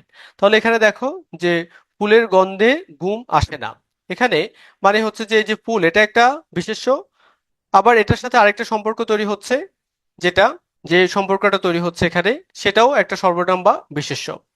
আমার জামার বোতামগুলো একটু অন্যরকম, এই যে জামার আবার বোতাম, দেখো তাহলে এখানে মানে হচ্ছে সম্পর্কটা তৈরি হচ্ছে বিশেষ্যের সাথে বিশেষ্যের, সর্বনামের সাথে সর্বনামের। তারপরে হচ্ছে ক্রিয়ার সাথে যে সম্পর্কটা সেটা হচ্ছে যে পরোক্ষ সম্পর্ক। তাহলে সম্বন্ধ কারকটা আমরা বুঝতে পেরেছি। আমাদের পরীক্ষার জন্য সমস্যা হচ্ছে মূলত অপাদান এবং অধিকরণ। তো আমরা যে যে উদাহরণগুলোতে আমাদের সমস্যা হয় সেই উদাহরণগুলো নিয়ে আমরা যদি একটু আলোচনা করি, যেমন খেলা নিয়ে আমাদের সমস্যা হয়, এটা আমরা দেখিয়েছি যে মেয়েরা তাস খেলে। এখানে তাস একটা উপকরণ, খেলার উপকরণ, যার কারণে উপকরণ বোঝালে সেটা হচ্ছে করণ কারক। আবার আমরা যখন দেখব যে মানে একটা নাম বোঝাচ্ছে নির্দিষ্ট, যেমন খেলার নাম ক্রিকেট, ফুটবল, ঠিক আছে, লুডো, যখন আমরা বলছি তখন সেটা কর্মকারক হবে। ছেলেরা ফুটবল খেলে, ঠিক আছে। ছেলেরা কিসের দ্বারা খেলে, এখানে যদি দ্বারা দিয়ে কর্তৃক হতো যে ছেলেরা ফুটবল দ্বারা খেলে, তখন সেটা হচ্ছে যে করণ কারক হতো। আমার কথা বোঝা গেল? সম্বন্ধ কারকটা কি আরেকবার বোঝানো যাবে? হ্যাঁ, সম্বন্ধ কারক আরেকবার নিশ্চয়ই বোঝানো যাবে। সম্বন্ধ কারকটা আমাদের হচ্ছে আমরা বুঝতে পারছি না। মূলত বিশেষ্য সর্বনামের সঙ্গে বিশেষ্য সর্বনামের সম্পর্ক যখন নির্দেশিত হবে, যেখানে ক্রিয়ার সাথে সম্পর্কটা প্রধান হয় কারকে, নামপদের সাথে, কিন্তু সেখানে হচ্ছে সম্বন্ধকারক কি ক্রিয়ার সাথে সম্পর্কটা পরোক্ষ হবে, প্রধান হবে না, অপ্রধান হবে। সেখানে সম্পর্কটা হবে মূলত বিশেষ্য সর্বনামের সঙ্গে অন্য কোনো বিশেষ্য বা সর্বনামের সম্পর্কটা হবে।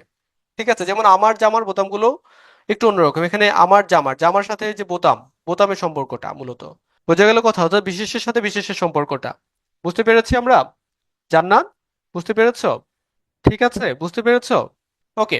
ক্রিকেট কর্মকারক কিন্তু ফুটবল হচ্ছে যে ক্রিকেট কর্মকারক কিন্তু ফুটবল করণকারক। ওই যে বললাম যে ছেলেরা কিসের ধারা খেলে, যদি এখানে ধারা দিয়ে কর্তৃক হতো কর্মকারকে, মানে ফুটবল মানে হচ্ছে সেটা করণ হতো আর কি, যে ছেলেরা ফুটবল খেলে, ছেলেরা মানে হচ্ছে ফুটবল দ্বারা খেলে, এই বাক্যটা হতো। এখন সেক্ষেত্রে হচ্ছে ফুটবল দ্বারার নিচে আন্ডারলাইন করা, তাহলে সেক্ষেত্রে হচ্ছে ফুটবল দ্বারা কিসের দ্বারা, তাহলে আমরা উত্তর পেতাম হচ্ছে ফুটবল। তাহলে সেক্ষেত্রে সেটা হচ্ছে করণ হতো, কিন্তু এখানে স্পেসিফিক লেখা আছে যে ছেলেরা ফুটবল খেলে, তাহলে ফুটবল খেলে, এখানে ফুটবলটা মূলত হচ্ছে কি বোঝাচ্ছে, একটা নাম বোঝাচ্ছে, যার কারণে বেসিক্যালি সেটা হচ্ছে যে তোমার কি কর্মকারক হবে। ঠিক আছে, ক্রিকেট। ওকে, বুঝতে পেরেছি? কনফিউজ মানে আমরা এখনো এখনো মানে হচ্ছে বিভ্রান্তির মধ্যে আছি, বুঝতে পেরেছি? Yes or no? যদি এখানে ধারা শব্দটা থাকতো যে ছেলেরা ফুটবল দ্বারা খেলে, বুঝতে পেরেছি? ক্লিয়ার? ওকে। হ্যাঁ, বল বললে বল খেলে, বল খেললে বল হচ্ছে কর, হ্যাঁ নিশ্চয়ই। ওকে, বুঝতে পারছি। ওকে, আচ্ছা। তারপরে সময় নিয়ে আমাদের একটু সমস্যা হয়, সময় নিয়ে আমরা একটু সমস্যার মধ্যে থাকি। সময় নিয়ে আমরা হচ্ছে যে সমস্যার মধ্যে থাকি, একটু সময় নিয়ে আমরা সমাধান করার চেষ্টা করি। যেমন মানে করণ, সময়, এখন সময় জিনিসটা তো মূলত আমরা জানি যে আধার, মানে যেখানে আছে অধিকরণ কারকে সময় হয়, কিন্তু না, মানে হচ্ছে সময় হচ্ছে করণে হতে পারে, অপাদানে হতে পারে, অধিকরণে হতে পারে। এখন করণ কারকের ক্ষেত্রে আমরা মনে রাখবো, করণ কারকের ক্ষেত্রে মানে হচ্ছে সময়টা কত সময়, কত সময়ে, অথবা মানে হচ্ছে কত সময়ের ধারা, কত সময় বা কত সময়ের ধারা কাজটি সম্পন্ন হয়েছে, সেটা যদি বোঝায় তখন সেটা হবে করণ। বুঝতে পারছি কথা? কত সময় বা কত সময়ের ধারা কাজটি সম্পন্ন হয়েছে সেটা যদি বোঝায় তখন সেটা হবে কি করণ। যেমন 7 দিনে আমাকে ভুলে গেলে, এখানে 7 দিনে মানে কত সময় বোঝাচ্ছে, অর্থাৎ কত সময়ের দ্বারা বোঝাচ্ছে, তাহলে সেক্ষেত্রে সেটা হবে করণ। আবার অপাদানের ক্ষেত্রে যেটা কি, সেটা হচ্ছে কোনো একটা সময়ে কাজটি শুরু হবে বা কোনো একটা সময় থেকে কাজটি চলমান আছে, ঠিক আছে, চলমান আছে, মূলত এটা প্রেজেন্ট পারফেক্ট কন্টিনিউয়াস টেন্সে হয় আর কি সাধারণত। মানে সময়বাচক যে অপাদান হয় সেটা হচ্ছে প্রেজেন্ট পারফেক্ট কন্টিনিউয়াস টেন্সে হয়, অথবা ফিউচার ইন্ডিপেন্ডেন্ট অথবা ফিউচার প্রেজেন্ট টেন্সে হতে পারে অপাদান কারকের যে সময়টা বোঝাবে। তাহলে সেক্ষেত্রে হচ্ছে যে মানে কাজটা চলমান থাকবে, এবং হচ্ছে আহ কোন সময় থেকে শুরু হবে সেটাও উল্লেখ থাকবে। যেমন রবিবার পরীক্ষা শুরু হবে, তাহলে এখানে রবিবারটা হচ্ছে যে মানে হচ্ছে অপাদান কারক, কারণ কি, সেটা হচ্ছে কি বোঝাচ্ছে, কোন সময় থেকে শুরু হবে সেটা পাশাপাশি হচ্ছে একটা চলমান পরীক্ষা শুরু হবে, শুরু হয়ে এখনো শেষ হয় নাই। বুঝতে পারছি কথা? আবার একই রকম ভাবে আমি যদি অধিকরণ কারকের ক্ষেত্রে সময় দেখি, অধিকরণ কারকের ক্ষেত্রে আমরা দেখবো একটা বিষয়, সেটা হচ্ছে নির্দিষ্ট নির্দিষ্ট করে থাকবে যে শনিবার স্কুল বন্ধ, রবিবার স্কুল বন্ধ, একটা নির্দিষ্ট ব্যাপারটা থাকবে। অর্থাৎ নির্দিষ্ট সময় বা কোনো একটা সময়ে কাজটি শেষ হয়েছে, কোনো একটা সময়ে কাজটি শেষ হয়েছে সেটা বোঝাবে। অপাদান কারকে চলমান আছে সেটা বোঝাবে। করণ কারকে হচ্ছে যে কত সময় কত সময়ের দ্বারা কাজটা হয়েছে সেটা বোঝাবে। বুঝতে পেরেছি কথা? তো সময় ক্ষেত্রে আমাদের আর কোনো সমস্যা আছে সময় নিয়ে? মানে সময় সাধারণত সময় নিয়ে যে বাক্যগুলো থাকবে সেটা হতে পারে করণ হবে, হয় অপাদান হবে, না হয় অধিকরণ হবে। বুঝতে পারছি কথা? স্যার করণটা কিভাবে হলো? এই যে করণ মানে সময়বাচক করণটা বোঝাবে শুধু সাধারণত হচ্ছে কত সময়ে, কত সময়ে সাধারণত মানে সময়টা উল্লেখ থাকবে। যেমন আমি যদি বলি 30 দিনে 1 মাস হয়, যদি বলি 30 দিনে 1 মাস হয়, তাহলে একটা কত সময়ে 1 মাস হয়, কত সময় 1 মাস হয়? 30 দিনে। তাহলে এই 30 দিনে হচ্ছে করণ কারক। বুঝতে পারতেছি? শুভ, বুঝছো? আবার যদি বলি হচ্ছে 12 মাসে 1 বছর হয়, 12 মাসে 1 বছর হয়, এখন কত সময়ে 1 বছর হয়? কত সময়ে? 12 মাসে, তাহলে 12 মাসে এটা কি করণ কারক। আবার যদি বলি হচ্ছে যে সারা রাত বৃষ্টি পড়ছে, সারা রাত বৃষ্টি পড়ছে, এখন সারা রাত এটা হচ্ছে যে মানে বৃষ্টি পড়ছে না। যদি বলি সারা রাত বৃষ্টি পড়ছে তাহলে সেটা অন্যরকম হবে, কিন্তু যদি বলি যে সারা রাত বৃষ্টি হয়েছে তার মানে কাজটি শেষ হয়েছে, শেষ হওয়া বোঝালে মূলত হচ্ছে সেটা হবে অধিকরণ। তাহলে সারা রাতটা হচ্ছে এখানে কি অধিকরণ। কত সময় দিয়ে কোশ্চেন করলে রাইট, কত সময় দিয়ে, হ্যাঁ কত সময় দিয়ে, কত সময়ে দ্বারা চলছে, কত সময়ে প্রশ্ন করলে সেটা হচ্ছে তোমার করণ হবে। ওকে, বুঝতে পেরেছো? ওকে, সময়ের পরিমাণ বোঝালে রাইট। ওকে, আচ্ছা বুঝতে পেরেছি আমরা সময় নিয়ে সমস্যা। এখন এই যে করণ এবং ভাবাদিকরণের ব্যাপারটা আমরা বুঝেছি, এটা নিয়ে আমি আলোচনা করেছি যে আলোয় অন্ধকার দূরীভূত, এখানে আলো এটা হচ্ছে করণ। কারণ আলোর দ্বারা মানে হচ্ছে যে অন্ধকার দূরীভূত হয়। কিসের দ্বারা অন্ধকার দূরীভূত হয়? আলোয়, করণ। ভাবাদিকরণ সূর্যোদয়, এটা হচ্ছে যে কাজ বোঝাচ্ছে, সূর্যোদয়টা নিজে একটা কাজ। তো সূর্যোদয়ে অন্ধকার দূরীভূত হয়, অর্থাৎ এই কাজের মাধ্যমে অন্ধকার দূরীভূত হয়, যার কারণে এটাকে আমরা অধিকরণ কারক বলি। তো অপাদান এবং অধিকরণ কারকে আমাদের মধ্যে কিছু কনফিউজড আহ মানে হই এবং কিছু প্রশ্ন আসে অপাদান এবং অধিকরণ কারকে। এখন অপাদান মানে আমরা তো বুঝি কোনো কিছু মানে হচ্ছে যে রূপান্তরিত হওয়া, কোনো প্রক্রিয়াজাত কোনো কিছু, মানে প্রক্রিয়া হওয়া, কোনো স্থানান্তর হওয়া, কোনো কিছু থেকে বিরত হওয়া, আরম্ভ হওয়া, ভয়, তুলনা ইত্যাদি বোঝায়। অধিকরণ কারকে মূলত হচ্ছে যে আমরা স্থান, কাল বা সময় বুঝি সাধারণত। তো এখানে কিছু বিষয় আমরা একটু দেখার চেষ্টা করি। সেটা হচ্ছে যে অপাদান কারকে মূলত হচ্ছে, যেমন একই উদাহরণ, আমরা একটাকে অপাদান বলতেছি, আবার একটাকে আমরা বলতেছি অধিকরণ। যেমন তিলে তৈল হয়, একটা কমন উদাহরণ নিয়ে দিই তাহলে বুঝতে সুবিধা হবে। তিলে তৈল হয়। আরেকটা উদাহরণ দিলাম যে তিলে তৈল আছে। ওকে, আচ্ছা একটা হচ্ছে আছে আর একটা হচ্ছে হয়, বাক্যটা বোঝার চেষ্টা করতে হবে। হ্যাঁ, তিলে তৈল হয়, আরেকটা হচ্ছে তিলে তৈল আছে। তাহলে এখানে দেখো যে অপাদান কারক যেটা, সেটা হচ্ছে কোনো কিছু প্রসেসিং করে বা কোনো কিছু প্রক্রিয়াজাত করে সেটা বের করা হয়। ঠিক আছে? আর অধিকরণ কারক যেটা, সেটা হচ্ছে যে কোনো কিছু অলরেডি ভেতরে এক্সিস্ট করতেছে সেটা। তাহলে তিলে তৈল হয়, এখানে তিলে তৈল হয়, এখন তিল থেকে তৈল মূলত কি করা হয়? একটা প্রক্রিয়ার মাধ্যমে সেটা বের করা হয়। তার মানে যদি প্রক্রিয়া বোঝায় কোনো কিছু প্রসেস করা হয়, তখন সেটা হবে কি অপাদান। আর অলরেডি আছে, অলরেডি আছে বুঝাবে, তাহলে সেটা হবে কি অধিকরণ। বোঝা গেল কথা? বুঝতে পেরেছি? বুঝতে পেরেছি। যেমন ধরো আমি বললাম হচ্ছে, আমি একটা উদাহরণ বললাম যে জমি থেকে ফসল পাই, জমি থেকে ফসল পাই, জমি থেকে ফসল পাই। এই যে থেকেটা যদি থাকে নাম শব্দের সাথে বা নাম পদের সাথে, যখন থেকে থাকে, তখন থেকে থাকলে কোন মানে হচ্ছে কারক হয়? সরাসরি বলো তো দেখি, থেকে থাকলে কোন কারক হয়? সবাই কমেন্টে জানাই, থেকে থাকলে কোন কারক হয়? ভেরি গুড, কোন কারক হয়? অপাদান কারক। ঠিক আছে, আমরা এটা তো বুঝেছি। এছাড়াও যদি আমরা একটু মানে হচ্ছে বুঝি যে ফসল উৎপাদন হওয়ার মানে হচ্ছে উৎসটা কি, মানে কোথা থেকে মূলত ফসল উৎপাদনটা হয়? জমি থেকে, তার মানে জমি থেকে এটা হচ্ছে যে কি অপাদান কারক। আবার মানে হচ্ছে আমি যদি বলি যে জমিতে ফসল পাই, জমিতে ফসল ফলে, হ্যাঁ ফসল ফলে, তাহলে এখানে জমিতে কোন কারক? জমিতে কোন কারকে কোন বিভক্তি? অধিকরণ। কারণ কি? কারণ ফসল থাকার স্থানটি বোঝাচ্ছে, জমি, জমির একটা স্থান, স্থান বোঝাচ্ছে, তাই। বোঝা গেল কথা? বুঝতে পারছি? অর্থাৎ অধিকরণে আছে বোঝাবে, অপাদানে সেটা হচ্ছে যে রূপান্তরিত হবে, কোনো কিছু স্থানান্তরিত হবে, কোনো কিছু প্রসেসের মাধ্যমে সেটা বের হবে, এই ব্যাপারটা বোঝাবে। আরেকটা বিষয় হচ্ছে যে আমরা একটু মনে রাখতে পারি, সেটা হচ্ছে যে অপাদান মানে হচ্ছে মাইনাস, কোনো কিছু মাইনাস হয়ে যাওয়া, আর অধিকরণ মানে হচ্ছে যে কোনো কিছু প্লাস হওয়া, মানে সেটা থাকতেছে বিষয়টা। যেমন ধরো আমি একটা উদাহরণ দিই, সেটা হচ্ছে যে এখান থেকে একজন দেই, যেমন রায়হান। ঠিক আছে, যে রায়হান, কোন হলে থাকো তুমি রায়হান? ওকে, আচ্ছা, মনে করো রায়হান হচ্ছে যে মানে হল থেকে চলে গেল। রায়হান হল থেকে চলে গেল, চলে গেল। তো এখানে এই যে হল থেকে, আমরা তো থেকে দিয়ে বুঝেছি এটা অপাদান কারক হবে, কিন্তু তারপর আরেকটু বুঝাই। রায়হান হল থেকে চলে গেল, তাহলে এই যে হল থেকে চলে গেল, এই চলে চলে যাওয়া মানেটা কি? এটা মানে হচ্ছে মাইনাস বোঝাচ্ছে, হচ্ছে তো, মানে রায়হান নাই সেটা বোঝাচ্ছে। আবার যদি বলি যে রায়হান হলে থাকে, রায়হান হলে থাকে এটা বোঝাচ্ছি, তাহলে হলের নিচে আন্ডারলাইন। তাহলে সেক্ষেত্রে হচ্ছে যে হলে থাকে। আমরা জানি যে অধিকরণ কারকে বিভক্তি হয় কি, এ অন্তস্থ তে, অন্তস্থ একার। ঠিক আছে, চলে গেলে মানে বিয়োগ, আর থাকে মানে হচ্ছে যে অধিকরণ, আছে মানে হচ্ছে অধিকরণ। তাহলে হলে থাকে, এখানে হলেটা কি? অধিকরণ কারক। বুঝতে পেরেছি কথা? বুঝতে পেরেছি। একই রকম ভাবে আমি যদি বলি ঝিনুক থেকে মুক্তা পাওয়া যায়, তাহলে ঝিনুক থেকে কোন কারক? কমেন্টে জানাই, ঝিনুক থেকে মুক্তা পাওয়া যায়, ঝিনুকে কোন কারক? অপাদান। আর যদি বলি হচ্ছে যে ঝিনুকে মুক্তা থাকে, তাহলে ঝিনুকে কোন কারক? অধিকরণ কারক। বোঝা গেল কথা? বুঝতে পেরেছি?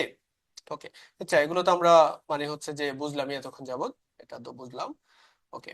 আচ্ছা, আরেকটা বিষয় হচ্ছে যে আমরা একটু দেখার চেষ্টা করি, সেটা হচ্ছে যে আমাদের একটু আরেকটা জায়গায় সমস্যা হয়। সে সমস্যাটা হচ্ছে যে স্থান নিয়ে আমাদের একটা জটিল ব্যাপার হয়, এবং টাকা নিয়ে একটা জটিল সমস্যা হয়। হ্যাঁ, টাকা নিয়ে। ওকে। হ্যাঁ, এটাকে দ্বারা বানায় ফেলবা, যে মেয়েরা হচ্ছে তাস ধারা খেলে, তখন সেটা উপকরণ হয়ে যাবে। টাকা নিয়ে প্রবলেম, হ্যাঁ, টাকার ব্যাপারটা আমরা একটু দেখার চেষ্টা করি। টাকার সমস্যা, টাকার সমস্যা পৃথিবীর সবচেয়ে বড় সমস্যা। টাকা ছাড়া একটা জীবন ভয়ঙ্কর অসুন্দর। টাকার কাছে হেরে যায় মায়ের ছেঁড়া শাড়ি, বাবার অসুস্থতা, প্রিয় মানুষের মুখ, সবকিছু, তাই না? আচ্ছা, প্রিভিয়াস স্লাইডটা একটু দেখান কাইন্ডলি। সূর্যোদয়ে আলো দ্রবীভূত হয়, করণ ভার্সেস অপাদান এটা। ওকে, করণ ভার্সেস অপাদান, সূর্যোদয়ে, হ্যাঁ এটা করণ ভার্সাস হচ্ছে যে অপাদান না, করণ ভার্সাস হচ্ছে যে মূলত অধিকরণ। হ্যাঁ, মূলত সূর্যোদয় অন্ধকার দ্রবীভূত হয়, এটা সূর্যোদয় একটা কাজ বোঝাচ্ছে, যার কারণে এটা মূলত ভাবাদিকরণ। ভাবাদিকরণের সংজ্ঞাটা আমরা একটু ভালো করে জেনে নেবো। হ্যাঁ, ভাবাদিকরণ বলতে আমরা আসলে কি বুঝি? কোনো ক্রিয়া সম্পাদন যদি অন্য কোনো ক্রিয়াবাচক বিশেষের উপর নির্ভর করে, কোনো একটা কাজ সম্পাদন করা যদি অন্য কোনো মানে হচ্ছে ক্রিয়াবাচক বিশেষ্য, ক্রিয়াবাচক বিশেষ্য, ক্রিয়াবাচক বিশেষ্যের উপর নির্ভর করে, তখন সেটা ভাবাদিকরণ হয়। যেমন ধরো হচ্ছে সূর্যোদয়, এটা একটা ক্রিয়াবাচক বিশেষ্য, তো এটার মাধ্যমে হচ্ছে যে আরেকটা ক্রিয়া ক্রিয়া সম্পাদন হচ্ছে, যার কারণে এটা মূলত ভাবাদিকরণ। একই রকম ভাবে আমি যদি বলি আহারে পেট ভরে, তাহলে আহারে এটা একটা ভাবাদিকরণ অর্থাৎ ক্রিয়াবাচক বিশেষ্য। কান্নায় শোক মন্দীভূত হয়, এই যে কান্নায় শোক মন্দীভূত হয়, কান্নায়, এটা মূলত একটা ক্রিয়াবাচক বিশেষ্য। এটা দ্বারা মানে হচ্ছে যে আরেকটা ক্রিয়া বোঝাচ্ছে। তো সেই জায়গা থেকে এখানে কান্নাটা হচ্ছে অধিকরণ কারক। বুঝতে পেরেছো শুভ? বুঝতে পেরেছো? ক্লিয়ার? ওকে, বুঝতে পেরেছো নিশ্চয়ই। আচ্ছা, টাকায়, টাকার সমস্যা, টাকার সমস্যা নিয়ে একটু আসি। টাকার সমস্যা, এখন আমাকে যদি ধরো, তোমরা যারা চাকরির প্রস্তুতি নিচ্ছ, আমি মাঝে মধ্যে ভাবি যে আসলে মানে আমাদের বাংলাদেশের ছেলেমেয়েরা, আমরা, আমি সহ সবাই, আমরা যখন চাকরির প্রস্তুতি নেই, মানে কিছু কিছু ক্ষেত্রে এমন হয় যে রাতের বেলা পড়তে বসছে খুব আরাম করে, মানে হচ্ছে যে মা কল দিয়ে বলতেছে যে মায়ের আসলে আগামীকালকের ওষুধটা নাই। তখন কি আসলে হচ্ছে যে আমি পড়াতে পূর্ণ মনোযোগ সহকারে পড়তে পারবো? আবার আমি সকাল সন্ধ্যা টিউশন করতেছি, রাতের বেলায় এসে আমি পড়তেছি। কারণ আমাকে যদি বলা হয়তো যে তুমি 1 বছর পড়ো, তোমাকে আমি হচ্ছে যে 1 বছরের জন্য 1 লক্ষ টাকা দেবো, 1 লক্ষ টাকা তোমাকে আমি দিয়ে দিচ্ছি, তুমি 1 বছর পড়ে তুমি একটা মানে হচ্ছে সিভিল সার্ভিসে চাকরি দাও, আমার বিশ্বাস যে সবাই হচ্ছে যে সেই কাজটা করতে পারবা।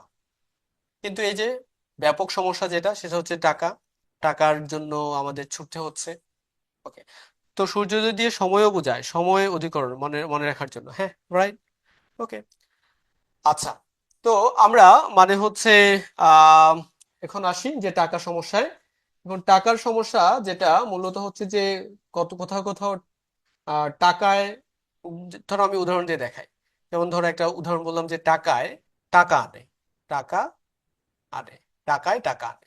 আচ্ছা, আরেকটা উদাহরণ বললাম হচ্ছে যে টাকার লোভ ভালো নয়। ঠিক আছে, টাকার লোভ ভালো নয়। টাকার লোভ ভালো নয়। লোভ ভালো নয়। আচ্ছা, তো এই যে টাকায় টাকা আনে, এখানে টাকাটা কোন কারক? টাকা আনার কাজটা কে করছে? টাকা করতেছে, তার মানে হচ্ছে যে এখানে টাকাটা হচ্ছে কর্তৃকারক। কে করছে? ওই যে প্রশ্ন করলে যে উত্তরটা পাবো আমরা মূলত, টাকার লোভ ভালো নয়। তাহলে কিসের লোভ, মানে কি ভালো নয়? যদি প্রশ্ন করি কি ভালো নয়, টাকার লোভ, তার মানে টাকার লোভটা হচ্ছে যে এখানে কি, টাকার লোভটা কি এখানে কর্ম। বোঝা গেল কথা? তারপরে আমি বলছি টাকায় কি না হয়। এখন আম, কি দ্বারা হয়? হুম, মানে হচ্ছে যে যদি প্রশ্ন করা হয় যে টাকা কি না হয়, এখন কি মানে কি দ্বারা কি না হয়, টাকার দ্বারা কি না হয়, তাহলে টাকায় কি না হয়, এখানে টাকাটা হচ্ছে কি করণ কারক। ওকে। আবার একই রকম ভাবে আমি যদি বলি টাকায় টাকা হয়, আনে না, টাকায় টাকা হয়, তাহলে এখানে কোথা থেকে টাকা হয়? কোথা থেকে টাকা হয়? টাকার মানে টাকায় টাকা হয়, তাহলে টাকাটা হচ্ছে যে এখানে অপাদান করে। ওই যে প্রশ্নগুলো করবো আর কি আমরা মূলত, যে প্রশ্নগুলো, সেই প্রশ্নগুলোর মাধ্যমে আমরা মূলত উত্তরগুলো পেয়ে যাব। ঠিক আছে। টাকায় টাকা আছে, তাহলে আছে বোঝালে কি হবে সেটা? আছে, কোনো কিছু আছে বুঝালে, আমি বলেছি কিন্তু আছে বুঝালে কি হবে? টাকায় টাকা আছে, কোনো কিছু আছে বুঝালে কি হবে? অধিকরণ। Very good. আর টাকার তরে দিলাম বিসর্জন জীবন মান, অর্থাৎ জীবন সম্মান সব টাকার তরে বিসর্জন দিলাম। তাহলে কোনো কিছু বিসর্জন দেওয়া, ছেড়ে দেওয়া কোনো কিছু, তাহলে সেটা কি হবে? একেবারে ছেড়ে দেওয়া, নিমিত্ত। ঠিক আছে, নিমিত্ত হবে সেটা। সম্প্রদান, হ্যাঁ, এটার নিমিত্ত বলি আমরা সাধারণত, নিমিত্ত। ওকে, কোনো কিছু কোনো জন্য কোনো কিছু ছেড়ে দেওয়া সেটা। আচ্ছা, ওকে, তাহলে আমরা এবার হচ্ছে যে আরো একটা সমস্যা আমাদের হয়। আমাদের হচ্ছে স্থান নিয়ে একটা সমস্যা হয়, তাই না? আমার মাথায় ভুলে গেছি, স্থান নিয়ে একটা সমস্যা হয় আমাদের, তাই না? মানে স্থান নিয়ে একটা সমস্যা হয় না আমাদের? কি সমস্যা হয় না? কই কেউ কিছু বলতেছে না। মানে স্থান নিয়ে আমাদের সমস্যা হয় না? স্থান হয় হয় না, না হয়। ঠিক আছে, ওকে। ওকে, স্থান নিয়ে আমাদের সমস্যা হয়। এখন স্থান নিজেই যদি কাজটি করে, তবে সেটা হবে কর্তা। ঠিক আছে, যদি নিজেই কাজটি করে, যেমন ঢাকা বাংলাদেশের রাজধানী, এখানে ঢাকা বাংলাদেশের রাজধানী, ঢাকা স্থান, তখন সেটা হচ্ছে যে তোমার কর্তৃকারক। আবার যখন হচ্ছে স্থানকে আশ্রয় করে কোনো কাজ সম্পাদিত হয়, কোনো ক্রিয়া সম্পাদিত হয়, তখন সেটা হবে কর্ম। যেমন ঢাকাকে বাংলাদেশের রাজধানী করা হয়েছে, তাহলে ঢাকাকে বাংলাদেশের রাজধানী করা হয়েছে, তাহলে এখানে ঢাকাকে কেন্দ্র করে মূলত বাংলাদেশের রাজধানী করা হয়েছে, অর্থাৎ তার মানে ঢাকাকে হচ্ছে যে এখানে কর্মকারক। আবার একই রকম ভাবে আমি যদি বলছি যে আহ কোন একটা স্থানের সাহায্যে যদি ক্রিয়া সম্পাদন হয়, একটা হচ্ছে আশ্রয় আর একটা হচ্ছে স্থানের সাহায্যে যখন ক্রিয়া সম্পাদন হয়, তখন সেটা হচ্ছে করণ। মূলত প্রশ্নগুলো করলে আমরা অ্যান্সার গুলো পেয়ে যাব। কাকে প্রশ্ন মানে হচ্ছে যে কিভাবে প্রশ্ন করতে হয় সেই ব্যাপারটা আমরা বুঝতে পেরেছি। তো সেই জায়গা থেকে প্রশ্নগুলো করলে আমরা মূলত উত্তরগুলো পেয়ে যাব। তো একটা মূলত সমস্যা হয় অপাদান এবং অধিকরণ কারকে। সেটাই হচ্ছে যেমন ধরো আমি বললাম যে করিম কুমিল্লা থেকে ঢাকা যাচ্ছে। করিম কুমিল্লা থেকে কুমিল্লা থেকে ঢাকা যাচ্ছে। কুমিল্লা থেকে ঢাকা যাচ্ছে, এখন থেকে বুঝালে কি হবে? মানে হতে থেকে, এটা সাধারণত কোন আহ কারকে হয়? হতে থেকে। হতে থেকে হচ্ছে কুমিল্লা থেকে ঢাকা যাচ্ছে, হতে থেকে কোন কোন অপাদানে হয়? হ্যাঁ, এখন হতে থেকে অপাদানে হয়, কিন্তু এটা হয় অপাদান হবে, না হয় অধিকরণ হবে, সেটা আমাদের বুঝতে হবে। এখন আমি যদি বলি যে করিম ঢাকা থেকে কুমিল্লা আসছে, যদি আশা বুঝায়, আশা বুঝায়, আমি মনে রাখবো যে করিম কুমিল্লা থেকে মানে হচ্ছে যে ঢাকায় যাচ্ছে, যদি যাওয়া বুঝায়, ইন করা বুঝায়, তাহলে সেক্ষেত্রে সেটা হবে অধিকরণ কারক। আর যদি হচ্ছে যে তোমার আশা বুঝায়, মাইনাস, ঠিক আছে, যদি মাইনাস হয়, তাহলে সেক্ষেত্রে সেটা হবে অপাদান। বোঝা গেল কথা? যে করিম ঢাকা থেকে কুমিল্লা আসছে, তার মানে সে ঢাকা থেকে কুমিল্লা আসছে, ঢাকা থেকে সে মাইনাস হয়েছে, সেটাকে আমরা বলছি কি? অপাদান। আর কুমিল্লা থেকে ঢাকা যাচ্ছে, যাচ্ছে ইন হচ্ছে, তাহলে সেটা হবে কি? অধিকরণ। বোঝা গেল কথা? বুঝতে পেরেছি? ওকে। ওকে, তাহলে আমরা মোটামুটি আমাদের মানে হচ্ছে বিষয়গুলো আমরা বুঝতে পারছি। কারো কোনো প্রশ্ন যদি থাকে তাহলে করতে পারো, আমরা কিছু প্রশ্ন সলভ করে আজকের মতো এখানে বিদায় নেবো। হ্যাঁ, কারো কোনো প্রশ্ন আছে?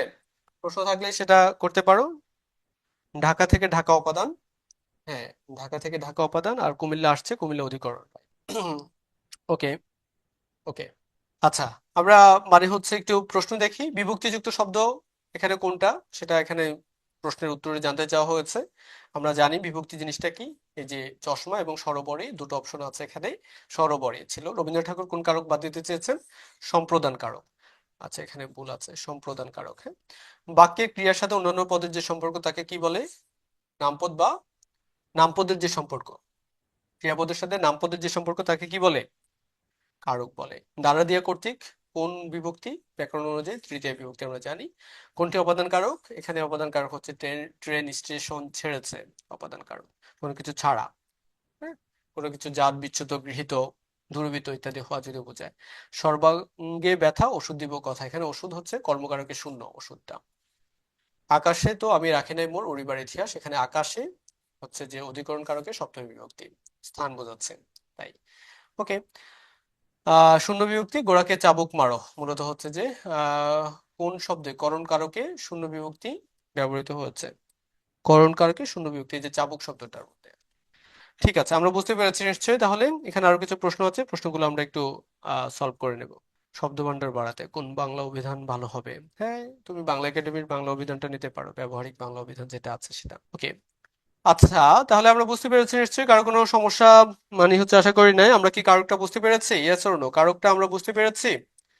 মানে সাধারণত বিভক্তির দিয়ে আমরা হচ্ছে ট্রাই করব, বিভক্তির বিষয়টা একটু ভালোভাবে মনে রাখার চেষ্টা করব। আমরা বেসিক ব্যাপারগুলো আমরা জেনেছি, একই রকম ভাবে আমরা হচ্ছে যে কিছু অ্যাডভান্স বিষয় আমরা জেনেছি। তবে সবচেয়ে বড় ব্যাপার হচ্ছে যে প্র্যাকটিস, এটার বিকল্প আসলে কিছু নাই।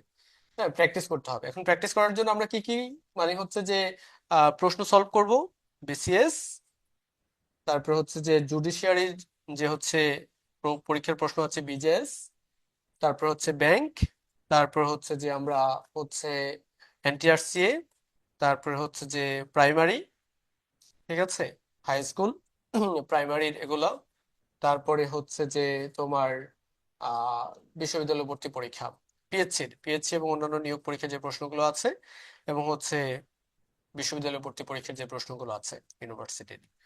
ঠিক আছে। ওকে, আজকে এই পর্যন্তই।